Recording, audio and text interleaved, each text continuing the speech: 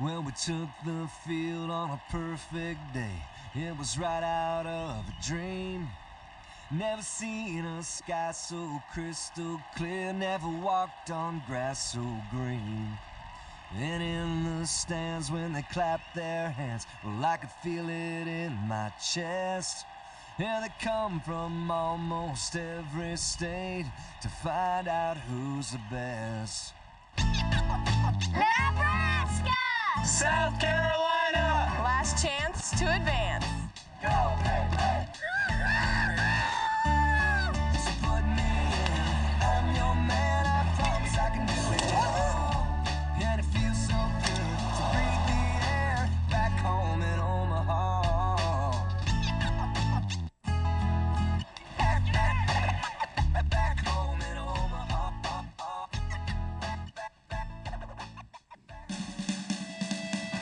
Day 3 at the College World Series, Rosenblatt Stadium in Omaha, and an elimination game matching Nebraska and South Carolina. You think Husker Nation isn't ready for this? They started lining up at midnight last night for the final.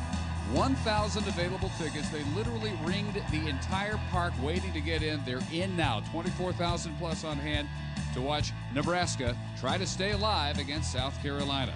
An ACC battle at 5:30 tonight on ESPN2, matching first game winners Clemson and Georgia Tech, and then tomorrow in bracket 2, it's Notre Dame and Rice in an elimination game at 3:30 on ESPN2.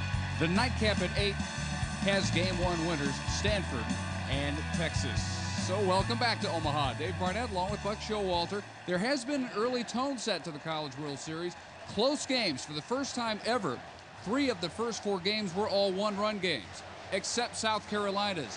They were obliterated 11-0 by Kyle Baker and Georgia Tech in their first game, but today they have some good news. They welcome back center fielder Justin Harris from a 1-game suspension. They will need his bat today, and they'll also have on the mound the nation's best closer with 21 saves. He led the NCAA. He'll make only his 3rd start, all here in the NCAAs. And, Buck, that's Blake Taylor, who asked for the ball. What significance does that hold? Well, it certainly was a great, it's a good decision anytime you can give him the ball. He has a background as a starter. He started in the Super Regional. This is not uncharted territory. He's a 3-pitch pitcher, unlike a lot of closers. He can go around the lineup more than one time. So I think that's a good move. It's obviously do or die for South Carolina. And Coach Tanner had a tough decision to sit Justin Miller out, and he had a tough decision to bring him back on the field, but I think he did it the right way. Now, Nebraska last year just happy to get here. They lost 2 one-run games. Again, they've lost a one-run game. So even though they've had the clear home field advantage, they've not been able to take advantage of it. Cal State, Fullerton, Tulane, and then the other night Clemson, all just able to edge Nebraska. They had a 7-2 lead through 4 against Clemson. Their ace on the mound. Today they have a freshman, Brian Dunzing, on the mound. Well, Coach Van Horn certainly understands that they're in a do-or-die situation. They've been in it before facing Richmond. This is not uncharted territory for them either. I think every club that gets to this point has been with their backs against the wall. Nebraska's there again, but they've got a lot of support here today. We will have for you today a view from dead center, looking right down from the mound, and we'll also have, on those close plays at second base, hat cam from the second base umpire. First pitch, Gamecocks Huskers coming.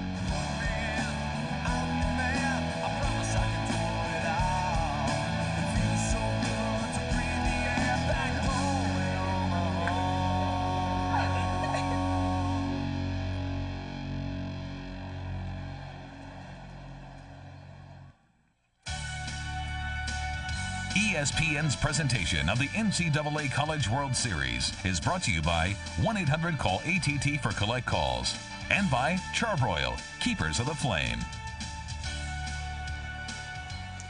I guess you could ask for a better day, but you couldn't get a better day. Temperature in the low 70s. Not much of a breeze today, but still very cool.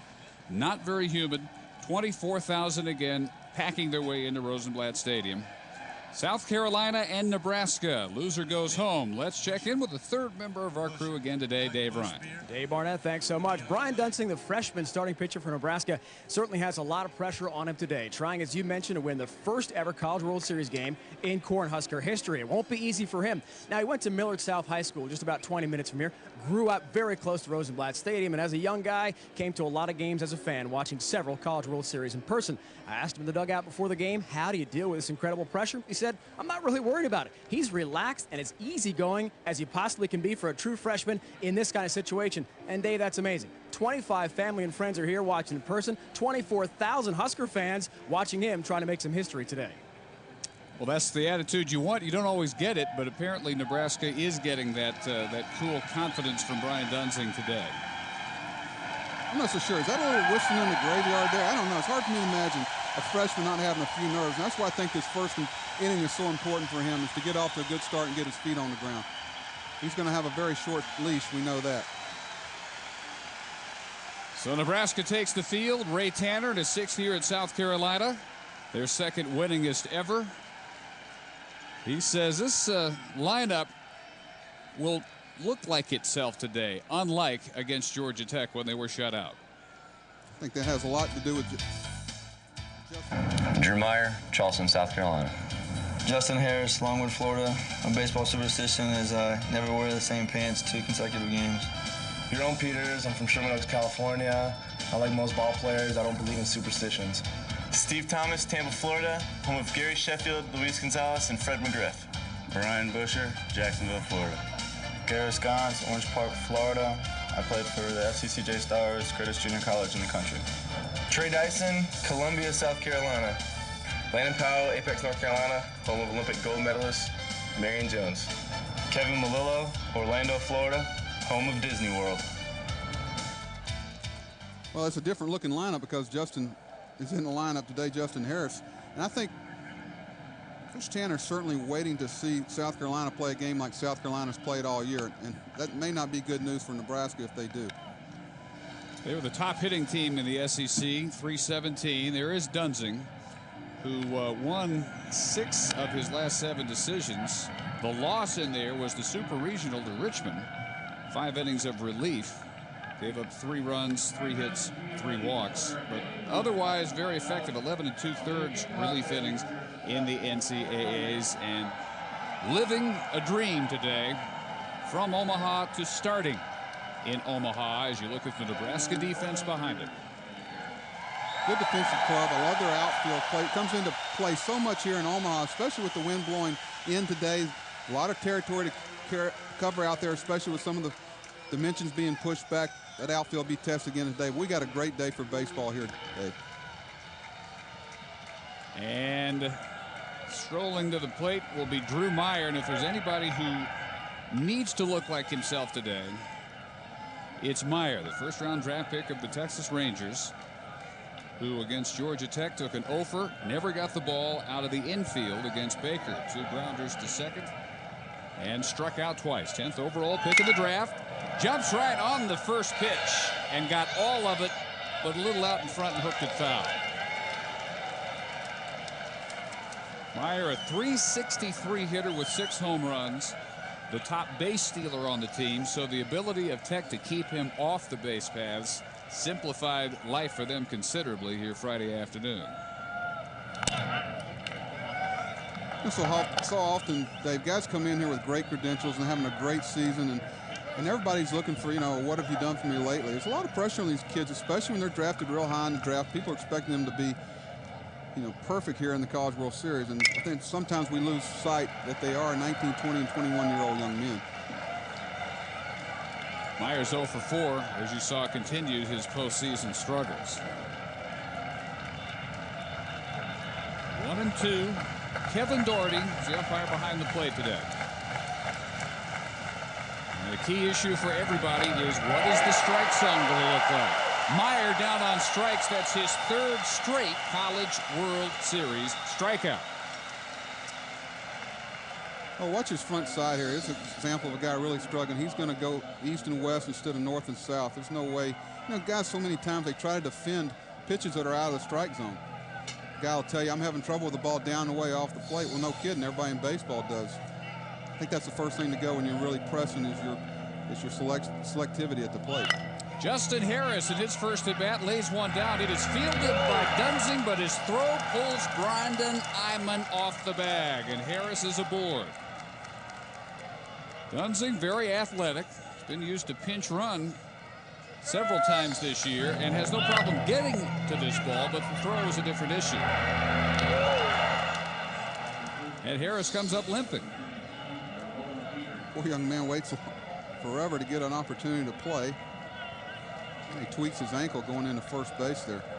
There's a play where you like to see Dunston underhand that ball instead of coming up over the top. It's a lot easier shuffle for a pitcher to first base throwing that ball underhand instead of trying to come up and over. I think that caused him to be a little erratic. Still waiting on a ruling. Hitter error. Meanwhile, Harris aboarded first for Yaron Peters, 10th round pick of the Braves. Out of Sherman Oaks, California, at a 400 average with far and away the most power in the Gamecock lineup. 28 home runs, 92 driven in. And they will call this a bunt single for Harris. And watch the ankle again. Well, if he goes underhand with this ball, he's going to have a lot better level. Keep in mind, well, he's lucky he didn't hurt that worse. I speak from personal experience. Most injuries happen to athletes when they're off balance, and that's a good example right there. A ball and a strike. Well, the reason Harris didn't play against Georgia Tech, he served a one-game suspension a week ago in the early morning hours, arrested for disorderly conduct after having scored the final run of South Carolina's amazing come-from-behind win over Miami in the Super Regional Final. They had 5 in the 9th after trailing 4-1 with 13 straight retired coming into that 9th inning.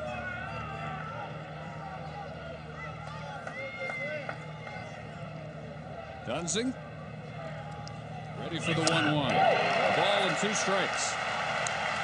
You know, a lot of people might think that Peter's stance is a little strange. I don't really worry about how a guy sets up. What I want to know is where is he at when the ball's entering the hitting zone. You'll find that most good hitters all end up in the same launch position in the same area. You know, how they start out, where they got the bat wrapped around their head or straight up in the air. I just want to make sure they get to a certain spot when the ball enters the hitting area. Very similar approach to Matt Williams. Starts his hands up high. Keep an eye on where he ends up. He gets back to his backside, and when the ball actually enters the hitting zone, you can tell how he generates so much power. Most guys that generate that much power are able to get to a point where they can really use their legs and their swing, and that's where you see Peters get back to his backside very early. Well, bad ankle and all, Dunsing's still going to keep close tabs on Harris at first. Although if he takes off, it would be a major surprise after what we saw at the end of that bunt single, rolling the ankle over. Well, I don't think that Coach Van Horn wants to get deked into thinking that, you know, a lot of guys recover very quickly from that. There's a lot of guys who will almost fake an injury down there to set up a stolen base. So I think by the replay, we know that he's very lucky to still be out on the field right now. It'll be interesting to see how that thing reacts as the game goes on. 2-2 and blocked by John Gross. Peters, the SEC Player of the Year. And unlike Meyer, at his best in the postseason, 625 in the regional, homered 6 times in 4 games. Super regional, 6 for 11, a homer, 2 doubles in those 3 games. After leading the SEC in home runs and RBIs with Gamecock records in both. The 2-2. And a guy that couldn't get in the lineup last year. That's what I want to know is who took his place last year. That's a guy I want. You know, Coach Tanner will be the first to tell you that if he had to do over again, if he'd known then what he knew now, but he had a pretty good player playing his place, and I think it's a real tribute to the relationship that Coach Tanner had with Peters that he stuck around. One more check of Harris. 4th time he's gone over there.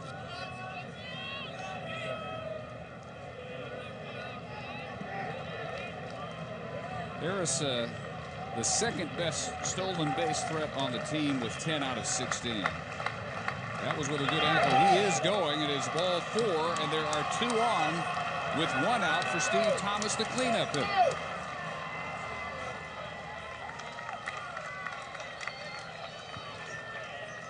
Well, the one thing that will get Dunson in trouble today is the base on balls. He's already what I consider an error.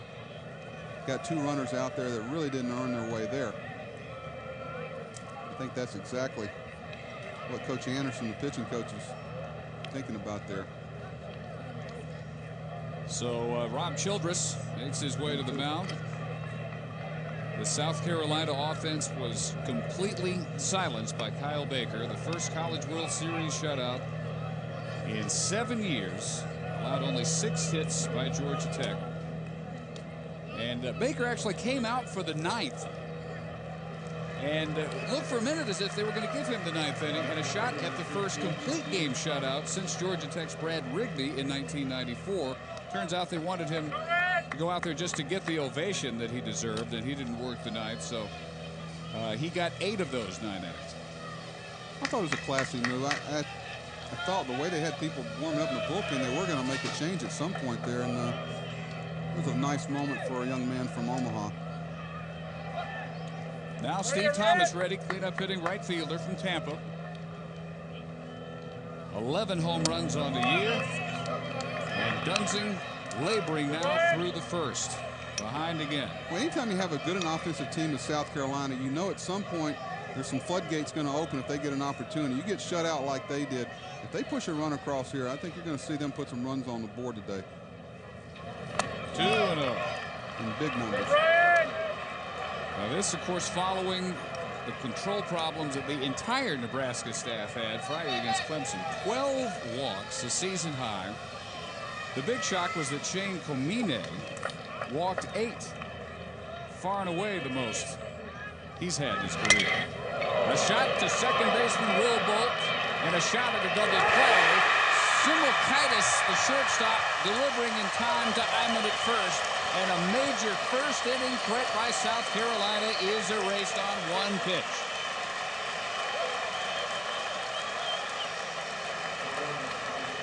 So the Gamecocks threaten, but again have not scored here in Omaha. Nebraska to bat when we come back.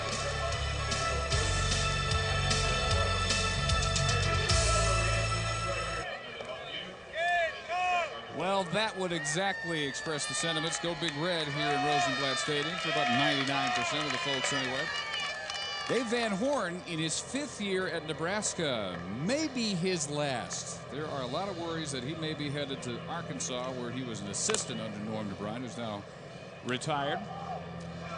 And let's check the lineup that Dave Van Horn will send out today against Blake Taylor. Jeff Lizey from Omaha, Nebraska. After baseball, I want to be a shrimp boat captain. I'm Daniel Bruce from Omaha, Nebraska. My favorite show is Baseball Tonight. I like Harold Reynolds. Jed Morris from Seabrook, Texas, and my favorite player is Craig Biggio. Jeff Blevin, Sand Springs, Oklahoma. Justin Seeley, Nacogdoches, Texas, the oldest town in Lone Star State. John Groves, Henderson, Nevada. My favorite player is Pudge Rodriguez. I'm Will Bowl from Conroe, Texas, and my favorite show is Baseball Tonight. Brendan Iman, Papillion, Nebraska. Joseph Makaitis from St. Louis, Missouri, home of the Bowling Hall of Fame. Blake Taylor, 21 saves, led the nation. Will make his 3rd start of the year. They have all been in the NCAA tournament. He is a senior who, as we said, asked for the ball. He wanted the pressure of the elimination game for the Gamecocks today. Well, like we said earlier in the telecast, fastball slider change locates very well. You know, you talk about a bulldog on the mound, that really comes across as a closer, but sometimes when you're asked to do it over a long period of time, but like we said, he's thrown as many as 156 pitches in an inning, in an outing rather, this year. So this is not uncharted territory. They got the right guy on the mound. They're trying to stave off elimination. Jeff Lizey leading things off for the Huskers. 374, first team All Big 12, and the academic All-America of the year. 385 in psychology.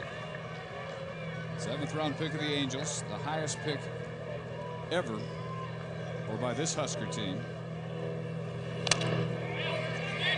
Creighton Prep here in Omaha. Appeal down at third where Nick Zabelli says he went 1-2. I don't think anything that goes against Nebraska is going to be met very well. That's a swing, and that's a good gutsy call against a tough home crowd. That will drift back out of play.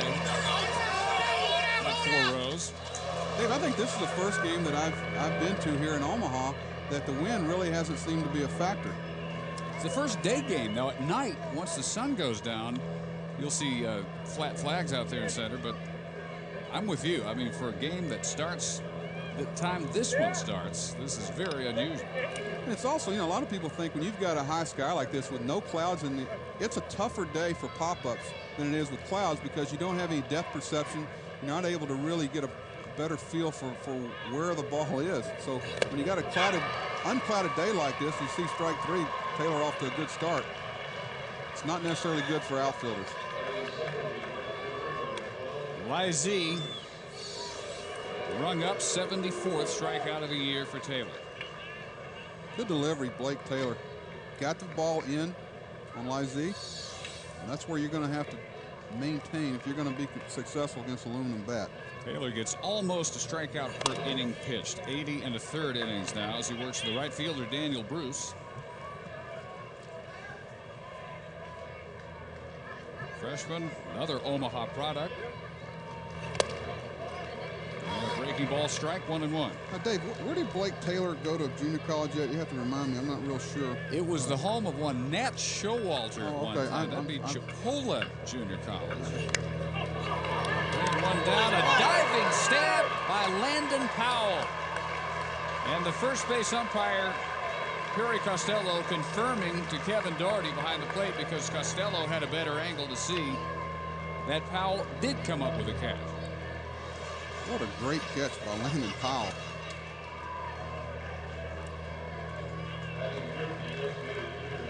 Harris back in center. That's a big, not only they get a quality offensive player back, but they get their center fielder back. And, I think for the first time, these guys feel like they've got their complete team on the field. What a great play by Landon Powell there. Great anticipation by the catcher. South Carolina led the nation in fielding this year. One thing you talk about when you ask about catchers, you want to know how quick their feet are. Not necessarily how well they run, but how quickly they can move their feet. Not only to throw, but to make an adjustment to a play like Landon Powell just did. Jed Morris DHing, the Big 12 Player of the Year. The only other Husker to be Conference Player of the Year, a guy named Darren Erstad, who has carried the Nebraska baseball banner pretty proudly in Anaheim. One of my favorite players in the major leagues. Boy, he's a guy that's self-motivated. You don't have to worry about him being ready to play every day.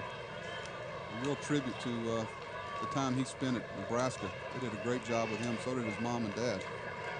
Taylor working quickly, coming right after Nebraska here in the first. Make that play, David. Staying ahead in the count. Don't have my net. And I don't have a 50-foot long arm. We're going to need more than a net with your hands and my hands. I was a DH. 155-pounder. They call him the Thin Man. Taylor pitched in the regionals against North Carolina, a 3-pitch save. Came back 24 hours later with the 156-pitch complete game, a 7-hitter, career-high 11 strikeouts. Beat the Heels 3-1. Super Regional, his 21st save came in Game 1 against Miami. Started Game 3, pitched well again, 6 1/3, but left trailing 3-1, and then was bailed out by the out of nowhere 9th inning rally to knock off the defending national champs. One of the inside corner didn't quite get it. It's 3-2. One thing you got to be careful about here, second base and first baseman are playing him very much to pull here. You got to pitch to the defense. Does that mean you throw him inside and stay soft? No, it doesn't. You get an idea how much they're playing him to pull there. And he pulls out one way foul.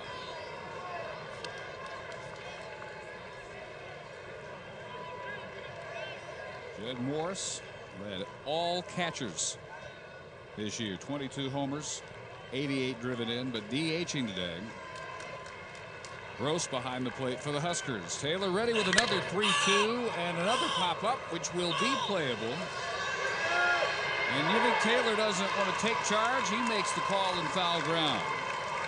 Key play at the bottom of the first for Carolina, though, the diving stab by Landon Powell to retire the number 2 hitter Bruce. 0-0.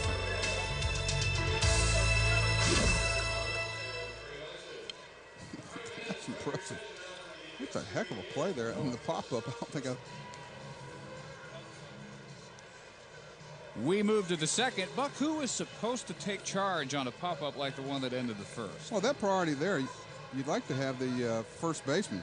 He has a priority over the catcher. The last guy, that gives you an idea about Blake Taylor. A lot of times, though, pitchers make a quality pitch to get a good hitter out. Last thing I want to do is have miscommunication there, and he took charge of that right away. Didn't look particularly comfortable with it, but he got an out. Look at this play by Landon Powell. Great anticipation. Look how quickly he moved his feet to even get in a position there. Thank goodness he had that catching protector on, sliding on that turf around home plate. So unlike the first inning against Georgia Tech, which featured a costly error right off the top, South Carolina in the first inning here looks like the best defensive team in the country. Ryan Busher, the third baseman, .330 average. Junior from Jacksonville, leading off the Carolina second. He'll be followed by Garris Gantz and Trey Dyson. Comes in behind 2-0.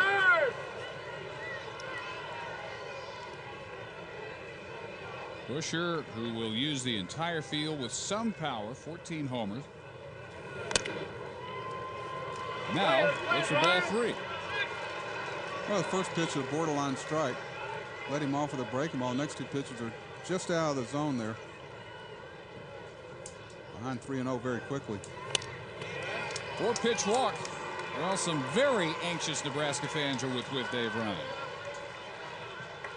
And Sherry Densing are here, no question about it, Brian's parents. And he told me before the game, Kent, he was not as nervous as you'd think a freshman would be with the last chance for Nebraska to survive, try to get the first ever College World Series win in school history. How are you holding up today? We're just happy Brian and the Nebraska team's here today, and hopefully they can come away with the win. Now, he played at Millard South, never got a chance to actually play here in person, though. His high school teams weren't quite that good. Any memories you have in particular of taking him to ball games as a young guy? Yeah, actually, just last year, he could not make the opening weekend series. He was playing ball, but we were able to come out and see Mark Pryor play last year, and we sat in front row and just kind of commented maybe there's a chance next year that at least the team will be back, and not only the back, he's got the opportunity to play. And start on the mound. Sherry, how are you dealing with all this pressure? You're keeping score, which is a bit unusual. Does that help you relax? Yes, it does, definitely. Anything to keep the hands busy and keep focused, and yeah, it helps a lot. And what about the fingernails and toenails? Tell us about those. I did it for Super Regionals. I had a gal who did my nails, and unfortunately my son took the loss in Super Regionals. So this week they added a number 18 on my middle nail for better luck, if you can get it. I quit trembling enough here. No nerves. Dave Barnett, good luck charms here for the Huskers. Well, Harold does his nails like that, and that works pretty well for him, too. I'll tell you one thing, I bet his dad doesn't have his nails done. He's locked in and loaded here today. Gantz popping to Iman at first, 1 out. With Busher at first and Trey Dyson the DH. Well, on the pop-up there, something to keep in mind, if the ball's not put in play, the fielder has to get out of the way of the runner. Once a fielder is attempting to make a play on a ball, then the runner has to give him complete freedom to make that play. Another pop-up, foul ground. The catcher, Gross. Out number 2.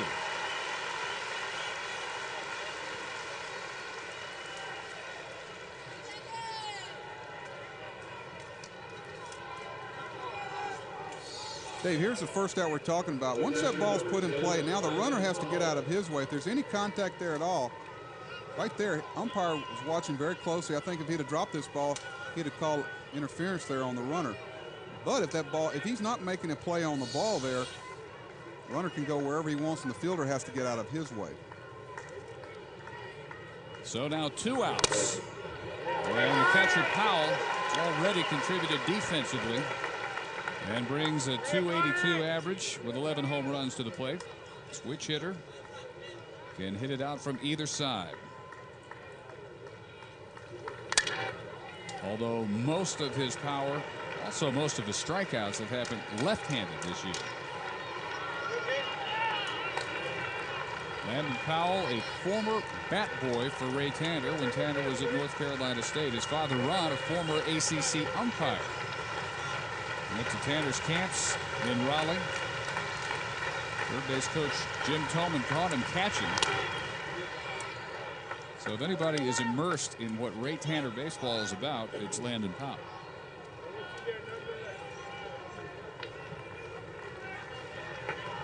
Rensing worked through 2 on and 1 out in the first, gave up a leadoff walk to Busher, and works through the second with his second strikeout. Good changeup there. Mostly close, low-scoring game so far in Omaha. We may have ourselves another one.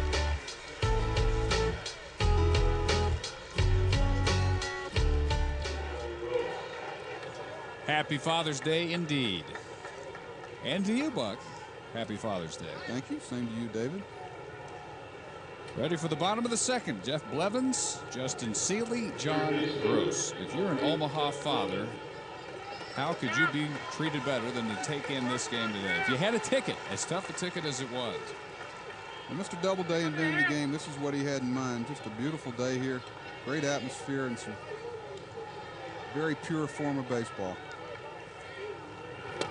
Blake Taylor worked through a 1-2-3 first. Blevins, the third baseman, and .299 average with 7 home runs.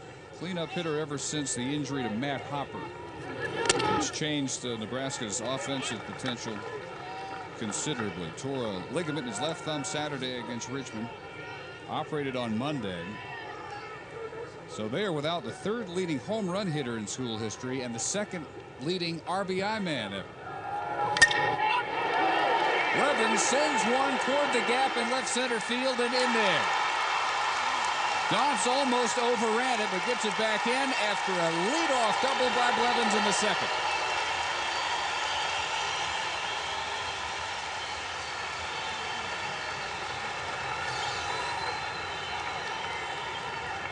You got a fastball out over the plate. I think it gives you an idea of how much room there is in the gaps here, having pushed it back in 408. A lot of places, a little bit smaller dimensions. That play's probably made. Hit it in the right spot. Didn't have enough on it to get to the wall.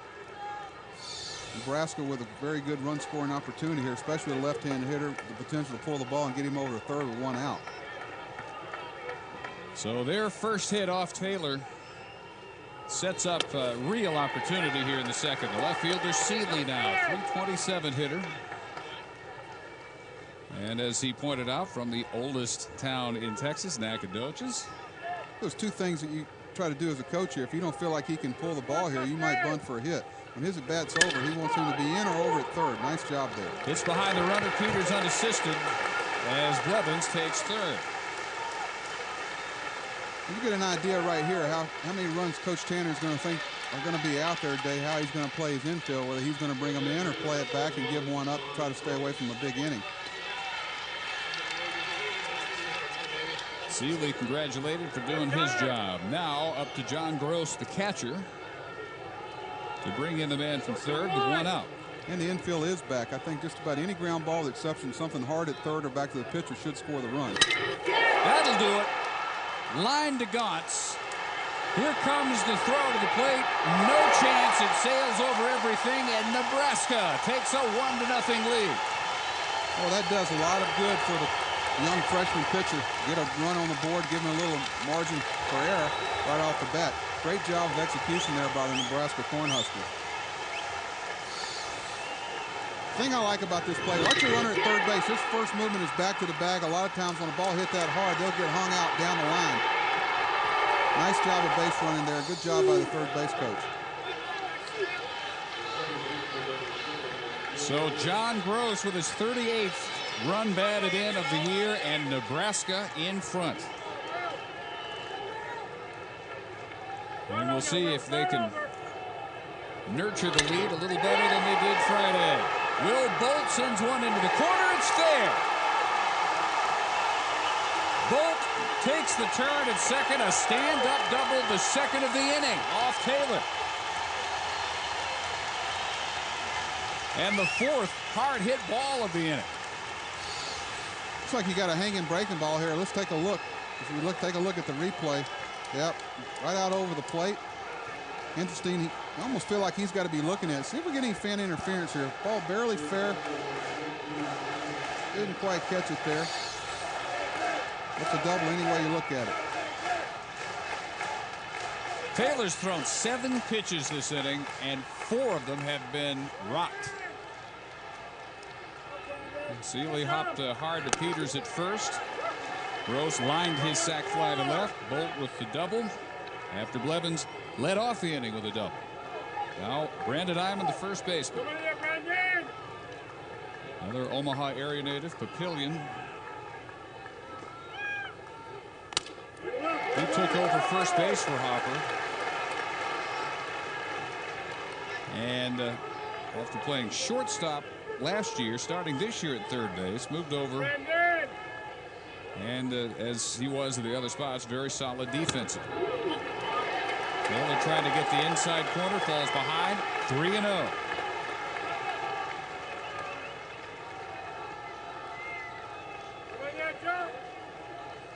On deck, Simakaitis, the shortstop, and then the top of the order, Lyzee. Iman trying to break a 1-for-14 slump.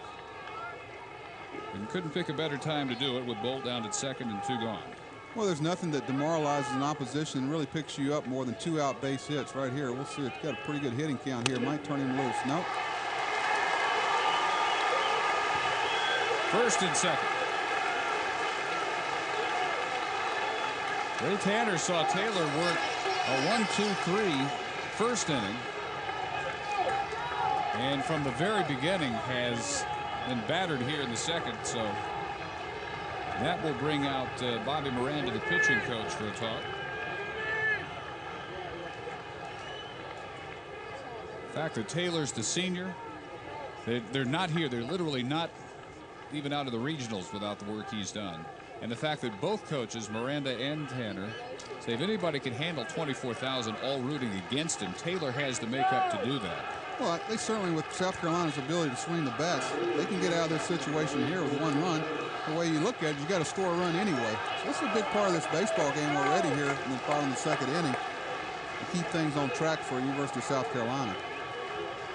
9th man, Joe Simakaitis, the shortstop, and a 234 average, so you'd think Taylor comes right after him, and he does, and he gets ahead of the freshman from St. Louis. I think that had something to do with the way Blake approached the previous left-handed hitter.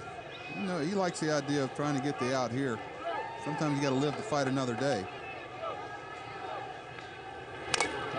Simakaitis late in the year had 0 for 24 and 3 for 50 slumps. But one of 2 true freshmen who have made major contributions this year for Nebraska. So in the span of those deep ruts he fell in, they worked with him a little bit on his stance, tried to get a little more open, a little more aggressive approach. And you see right there, he is wide open, but looking at 0-2. Taylor misses the corner. What you so often do with young hitters who are having trouble with the bat, a lot of times you try to square them up and open their, so they can see the ball with 2 eyes. A lot of guys are peering across the bridge of their nose. You try to make sure they're getting 2 eyes on the ball. Runner at second, Bolt was going on the 1-2. Well, you're not going to try to steal second and third there unless you're 100% sure with 2 outs. The last thing you want to do is have your 9-hole hitter leading off the next inning. See both eyes here squared up to the pitcher. They felt very confident there. They were going to be able to steal both those bases. They wouldn't have attempted it. Not going this time. Swung on and missed. Powell with the tag, and with 2 doubles, a walk, 4 hard hit balls, Taylor still limits Nebraska to 1, but they take the second inning lead.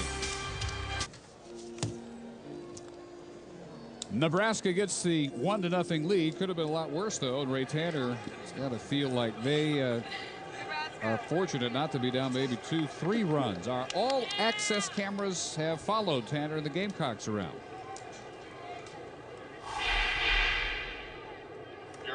Okay, listen up. We're going to have 20 plus, 23, 24,000 people here today yelling against us. You've been a team of great character all year. We've been resilient. We've bounced back. Every time our backs have been against the wall, we've been there a few times. We've won because of your approach every day. We didn't have a good game Friday. Let's come out today and do the things that we're capable of doing.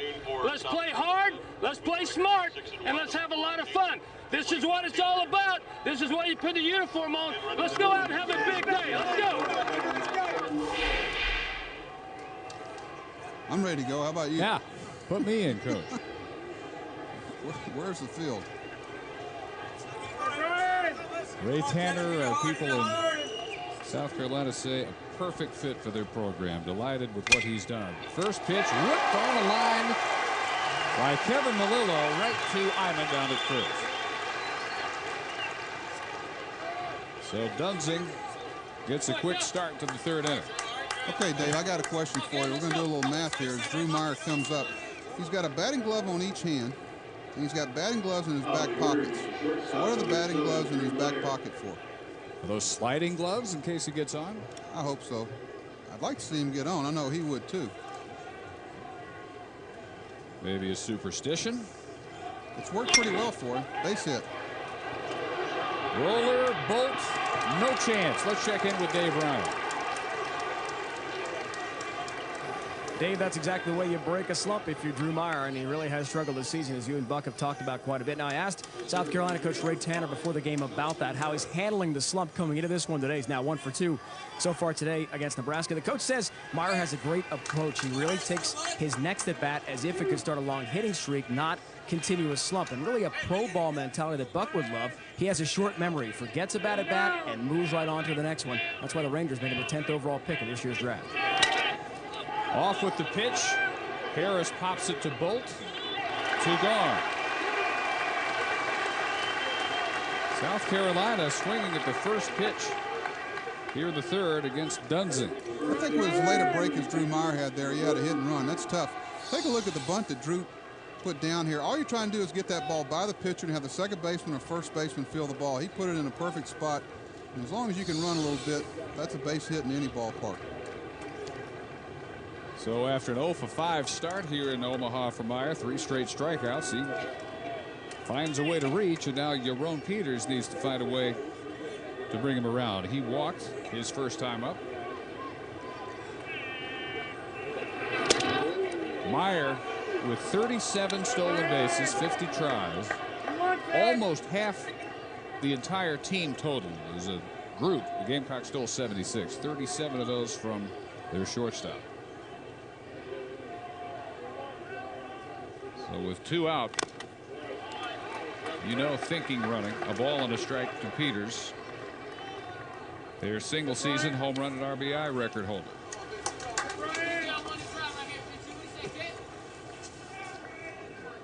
One thing you see very differently at the college level, a lot of teams, head coaches in the dugout, you see the hitter look directly into the dugout, the base runner look directly into the dugout, and they don't worry about that relay from the head coach to the third base coach back to the hitter. And I like it. It's different from the pro games. It's one less chance you have to make a mistake in the relay of signs. It goes directly to the head coach. Basically makes the third base coach basically a traffic cop. That's all he has to worry about is coaching runners coming around the bags.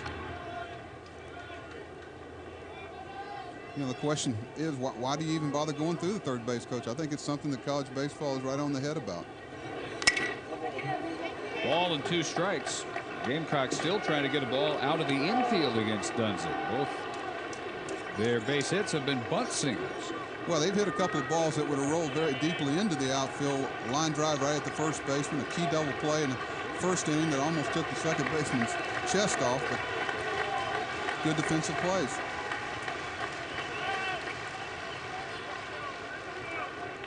Peter stepping out. He was one that said, hey, Friday 11-0. I forgot about that after 10 minutes. In fact, he stayed and watched Nebraska Clemson, so he did a little scouting.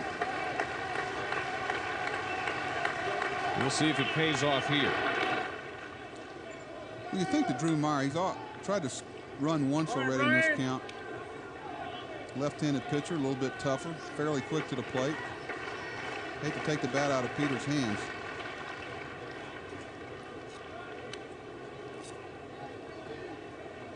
I got a question for you. Why are the lights on at 5 minutes till 1 on a cloudless day? Good question, David. I do not have an answer. That's one more problem for the fielders. That's fairly close down there at Meyer. But as you said, they're fighting the high sky. No contrast. Now they're also fighting the lights. I would also think about the waste of electricity, David. Being the environmentalist that you are. Maybe with all the food being cooked around here, they're trying to cut through the smoke of the cookers around the area and make sure that the sight line's good. This is tailgate heaven.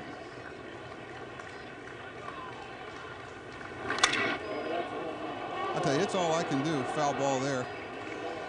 To get into the stadium without stopping at one of these tailgate parties. You know, the only other stadium I've ever been in that smells as good as this one when we're coming up is Lambeau Field in Green Bay. There's about 50,000. I think everybody that gets into the park brings a grill. Well, they've got the grills going there to keep from freezing. Here, I don't think that they can use that as an excuse. They're there even in August. Yes. They just help out a couple of different ways once it gets November, December. Meyer again not going, just low. 2-2 to Peters. It's amazing to me, after being used to big league concession prices, to see the prices, affordability of the concessions here in Omaha. Just a great place. If you ever get a chance to come out and spend a week here, you really need to do it. Again missing. Gross with a nice stop. And Peters has worked the count full, as he did in the first when they eventually walked him. Now, we had no wind at all in the first inning. Now it's starting to pick up and blow in. It's a pretty good situation here for Aaron Peters. He's seen a lot of pitches from Dunsing here. If he stays selective here, I think he's either going to walk or get a pretty good pitch to hit in this situation. I'd be surprised if he gives in to him and throws him a fastball here. Seventh pitch of the at-bat, hit to deep center field. Lizzie on the track has it. So they finally get one out of the infield, but Lizzie was there to track it down, and South Carolina still looking for a breakthrough in its first run here at Omaha. Wake up, a lot of baseball yet to go. Here is our all-access look at the Cornhuskers.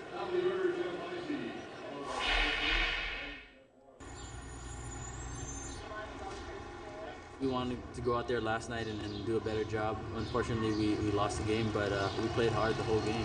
Tough loss like that is kind of hard to come back from, but we know that a great team is going to be able to come back and not lose two straight. You know, we want to stick around here. I think we like our chances. I mean, we got a good pitching staff, and we swing the bats well, so we'll be all right.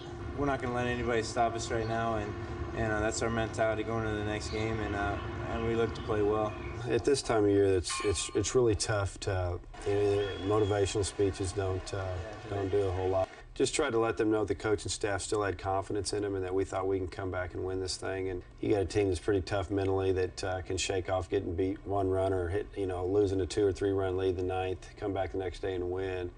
And that's the beauty of baseball. I couldn't be a football coach. I don't think I could wait 6-7 days to play again. It would drive me crazy. I wouldn't be very fun to be around in practice all week, I can tell you that. I'm sure you would agree with that sentiment, the fact that you can lose a heartbreaker like they did and not have to stew about it and come right back out.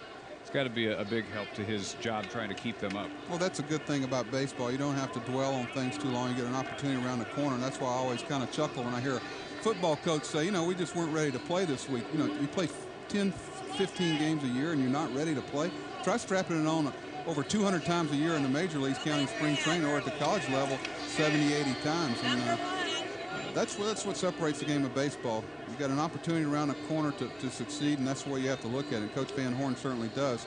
Been some talk about him going to Arkansas. I know that he's tried to deflect as much of that as possible this week, but he's got a great recruiting class coming in, probably one of the top in the country. He's got a brand new facility, but at the same time, it's nothing like being asked potentially to go home, possibly to Arkansas.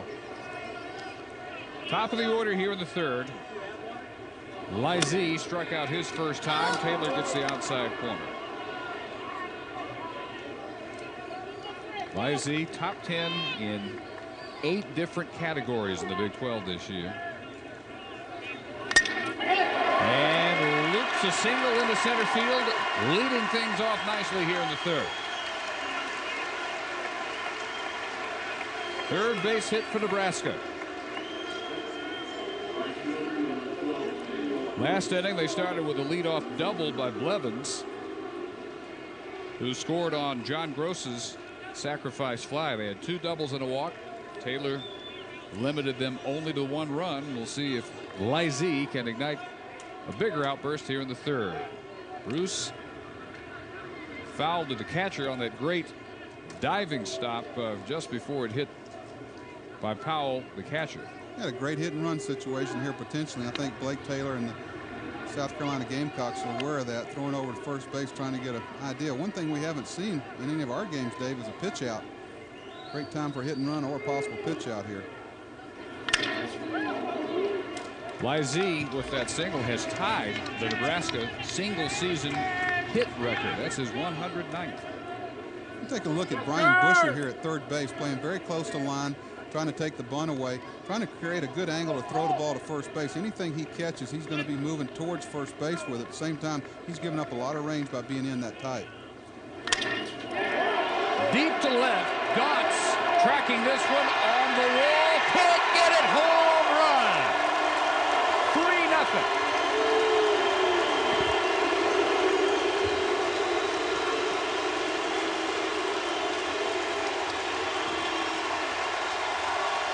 Buck, it sounds like we're at a Bruce Springsteen concert. They're chanting Bruce. I just took the headset off to listen to the same thing, David. I don't think these guys have a following here. It's, you know, we all know what a great football school Nebraska is, but I think what Coach Van Horn and the Cornhuskers have done here, they've got quite a baseball following here, and they've turned this into a great program. Watch him stay inside this ball with his hands and get the barrel to it. By staying inside baseball there, you're able to get the barrel instead of the handle to the ball. 5th of the year for Daniel Bruce, and Nebraska leads 3-0 here in the third. Jed Morris, who fouled out to the pitcher Taylor to end the first. Good visit here by Landon Powell. Blake Taylor needs to settle down here a little bit. It's a guy that's been a closer. He certainly has had some extended outings as a starting pitcher, but you got to be a little concerned if you're Coach Tanner about how long he's going to be able to maintain his stuff. That's thrown as many as 156 pitches in a game, but at the same time, it's a little different situation. Bullpen active as he misses with a breaking ball. 3-0. David Marchbanks, left-hander. Marchbanks passed over by Tanner as a possible game 2 starter today to go with Taylor. Well, one of the problems you have now, if South Carolina gets back in this game, you know, and is ahead, who are they going to use to close this game out with their closer starting? This one drifting over toward the bullpen and well out of play. Full count. Gamecocks now here in Omaha have been outscored 14-0. This is a team that had a 21-8 mark in the tough SEC. Hit on a line, right fielder. There to handle it, Steve Thomas. Finally an out here in the third. Well, later this afternoon on ESPN2, Georgia Tech and Clemson out of the ACC meet the winners bracket. 5:30 Eastern tonight on ESPN2. Clemson down 7-2 through 4. 2 huge 3-run homers by the Greens, Zane and Khalil. And against Nebraska's All-America ace, Shane Comine, came back to win it 11-10. Georgia Tech also had 11 in their shutout of the Gamecocks. 0-1 to Jeff Blevins, who doubled and scored the first Husker run in the second.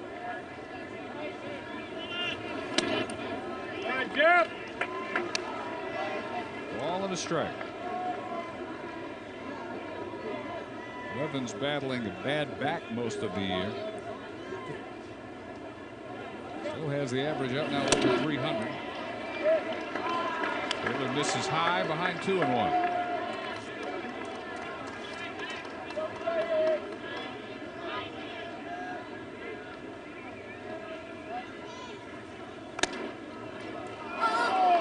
Generous outside corner from Kevin Doherty, 2-2.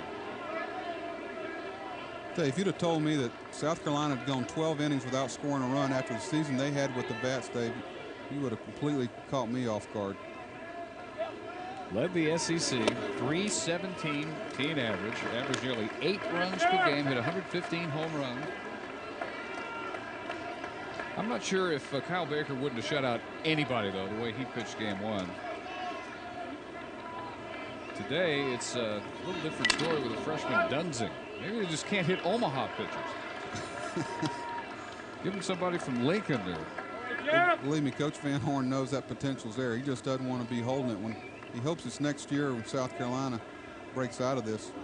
Not at some point this game. They all know the potential's there.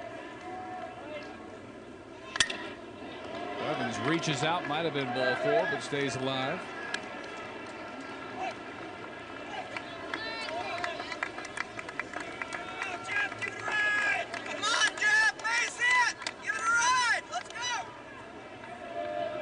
Eye view. And another 3-2 pitch set deep to right center. Harris and Thomas look up and another home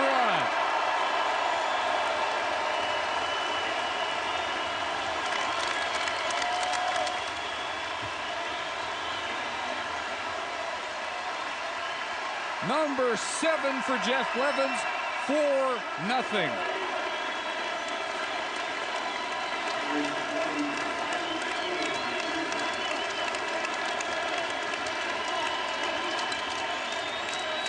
Well, that's a good solid swing. Ball right down the middle of the plate, up a little bit.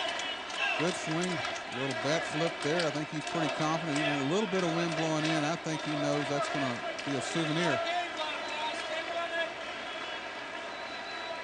Double home run for Jeff Blevins, and he chases Blake Taylor, the nation's leader in saves, who volunteered to start today to keep South Carolina's championship hopes alive, is gone. 1 out in the 3rd.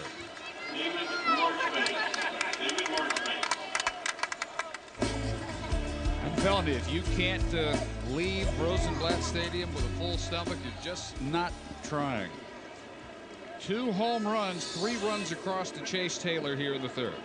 Watch him stay inside this baseball. That ball is a ball probably off the plate, up in the zone. That's a blueprint of how you stay inside a baseball. Great job.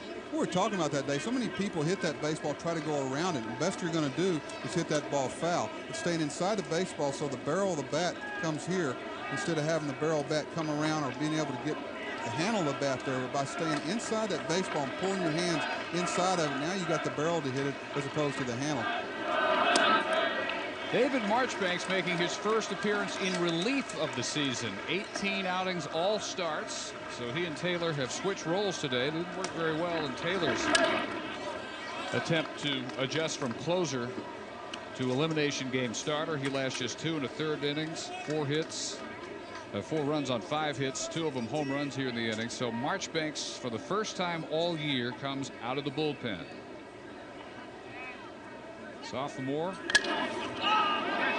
was greeted by pop-up by Justin Seeley. Short left field, and coming on to make the call is Garris Gantz. Another good job of communication, fly ball priority.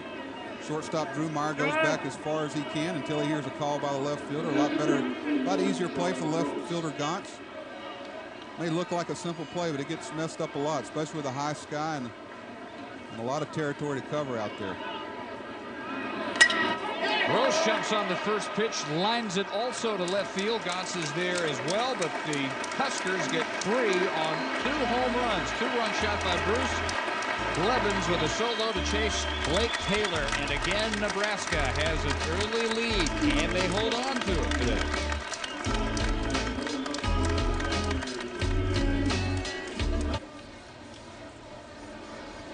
young and old alike, packing Rosenblatt Stadium. 24,000 plus. Big three in the third for Nebraska. They lead 4-0. Let's go down to Dave Ryan. All right, Dave, thanks. Huskers right fielder and home run hitter Daniel Bruce is an Omaha native. He grew up attending College World Series games here at Rosenblatt. Also has the dirtiest, sweatiest hat by far on this Husker team. The hat he has was actually issued this spring, just a couple of months ago. He never washes it because it's baseball superstition.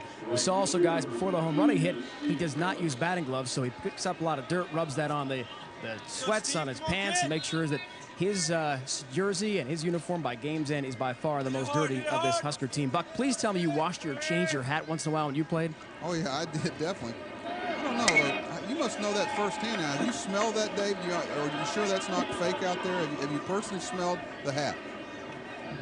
Absolutely not, Buck. Okay.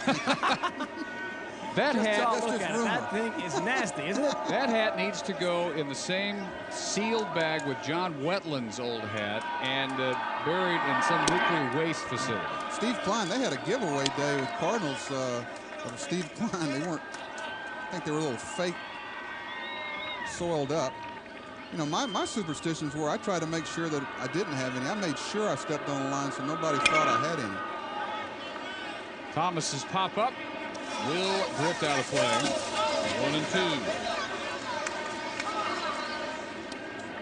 1-2. Thing is, you know, if you think it works for you, then it works for you. Whether it's a dirty hat or no gloves, or you never change your undershirt or whatever it may be. Oh, we get a couple of quick outs in the major leagues with our closer in a one-run situation. All of a sudden, the pitching coach would get up and go get a drink of water. I'd grab him and slam him back down. I go, "Where are you going? You can drink water after this last out. Just same seats, gentlemen, same seats." Not that we're superstitious. Now, Dunsing staked to a 4-0 lead. The appeal at first to Perry Costello didn't go. 2-2. I always marvel at the guts it takes to umpire, especially, you know, you're sitting here in Nebraska. Obviously has a lot more fans here than South Carolina because it's in Nebraska. You know, to make that call against a home team and stick with your convictions.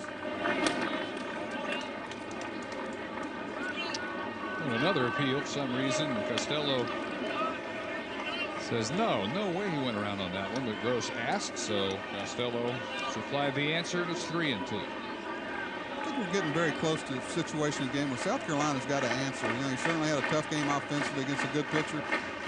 They need something good to happen to him here very quickly. Roll through on the right side, and Thomas has a leadoff single into South Carolina 4. You know, Dave, Coach Tanner was talking to us in the last game they played to get here with a great come-from-behind win. They were hitting line drives at people the whole game. They've hit 3 or 4 here already with nothing to show for it. I was just wondering when the baseball gods were going to shine on South Carolina. Eventually it will even out. Now, Joe Morgan claims it never evens out. I agree. As a hitter, it doesn't even out. So you hit a line drive, you tell a guy it evens out. Doesn't happen. Buscher's opposite field gapper falls in. Thomas will make third. Buscher will stand at second, a single and a double here in the 4th inning, and the Gamecocks threaten. Buscher, after a walk in the second, jumps right on the first pitch he sees from Dunsing, his second time up. 5 hits allowed now by the Nebraska freshman. Springing the bullpen back to life, and Aaron Marsden replaced for all intents and purposes in the Nebraska rotation by Dunsing. Will get loose in a hurry as Garris Gaunt steps in. 2 in scoring position, nobody out. In an inning, Buck, in which you want Dunsing to come in and immediately clamp him down just after he's staked to a 4-run lead. Well, like I said when the inning started, you know, it's just a matter of time. You feel like for South Carolina is going to do the things that they've done to get here. They got to stay selective, though. Good job laying off that pitch. Because sometimes your adrenaline gets in there and you try to force the issue a little bit. You got to let the game still come to you. There's a lot of time left in this game. Do a lot for their spirits to push a couple of these runs across here. Dunsing's given up 4 hits, 2 of them bunt singles by Harris and Meyer. The other 2 here to start the 4th. 1-0.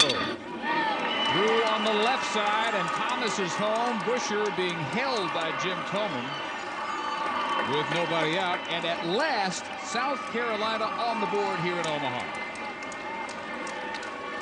And I'll tell you what a relief that is for South Carolina and their fans. And usually when they get that first run across and basically finally feel good about something offensively, sometimes there can be a lot more coming behind that. Seeley would definitely have had a play on Busher, so Tomlin wisely holds him after the wide turn at third. Well, you want to be very careful with nobody out, running into an easy out there. Marsden getting serious out there now as Rob Childress gets serious with Dunsing. Childress says, at this point, I do not consider him a freshman. 18th outing, 12th start of the year. From Millard South High School here in the Omaha area.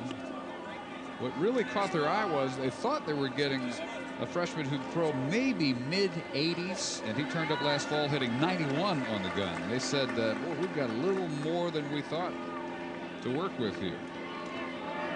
As the season went on, they worked with him more and more. He ate up innings, controlled games. He's been in control of this one until now. He's given up the first Gamecock run of the series. First and third, no outs. And the DH, Trey Dyson. Well, you see the catcher come out there after the relay from Coach Horn, talking about what type of defensive player they're going to use in the first and third situation if the runner at first goes. There's a lot of options to you. You can throw the ball directly to third base. You can throw the ball directly through to. Some guys throw the ball to a short position at shortstop, but you got to make sure that everybody's together and communicate on it. Dyson takes a strike. 16 home runs. Fouled out to the catcher his first time.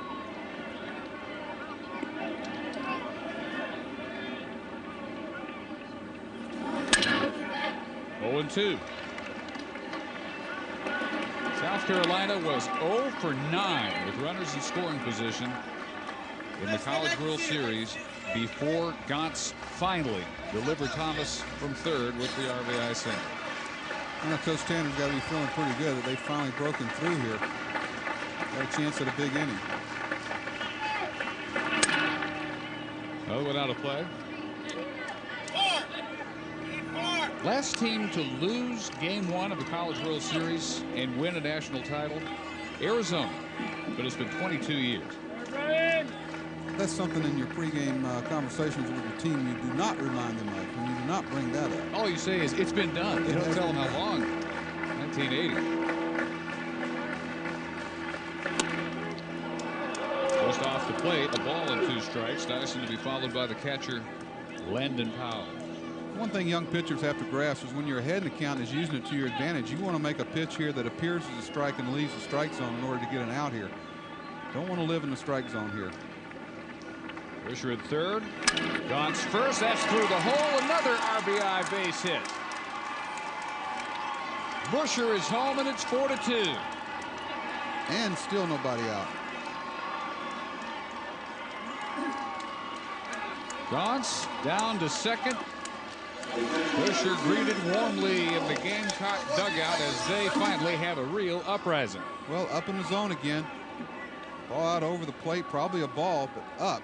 If he gets that ball down, see a side angle here. Anytime you're letting a left-handed hitter extend his arms against a left-handed pitcher, you're getting the ball in a place you don't want to get it.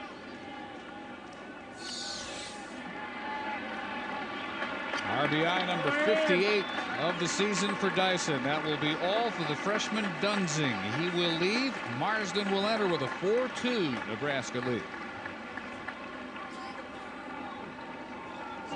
Rosenblatt Stadium seen a good one right now. It was 4-0 Nebraska through 3. South Carolina shut out on Friday, shut out through 3 here. But they chased Brian Dunsing, who retired nobody in the 4th inning, gave up a single to Steve Thomas, double to Brian Busher, back-to-back RBI singles to Garris Gantz and Trey Dyson, and he gives way to sophomore Aaron Marsden. One thing was obvious talking to both coaches today, Dave, is we asked them who's available in the bullpen, and they said Johnny Holstaff. Whoever we got that calls himself a pitcher is available. They understand the situation they're in. So he inherits Gauntz at second, Dyson at first, and Landon Powell, the catcher,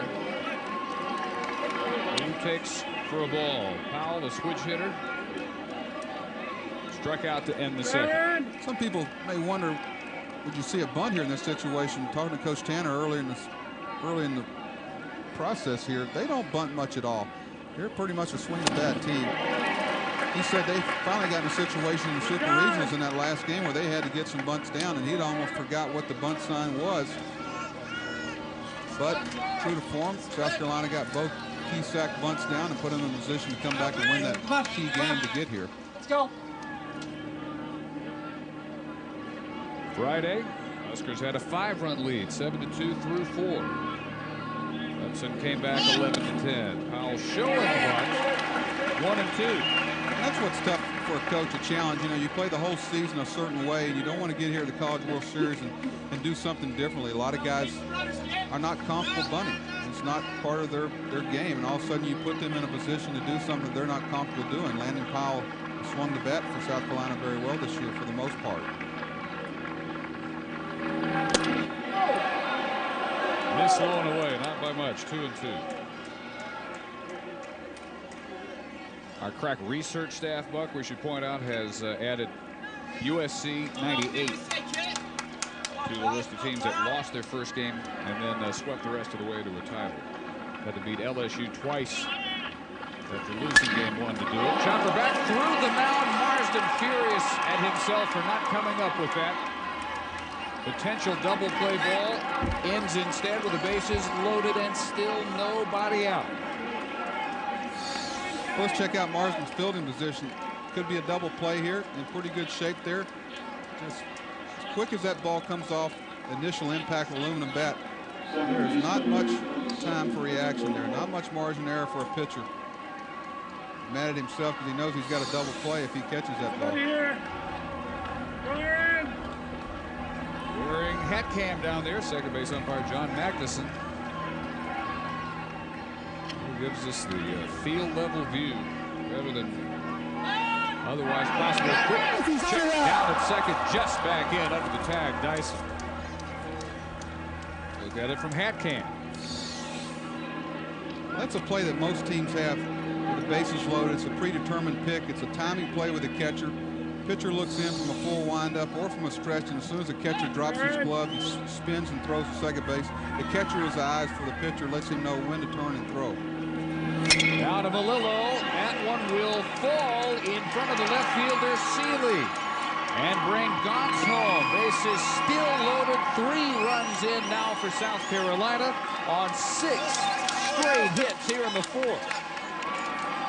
And a very quiet Nebraska crowd here, Dave, all of a sudden. Once again, you get a ball out over the plate to the left-handed hitter. They're not going to have much trouble with that. Good job of base running there at third base, making sure that ball falls.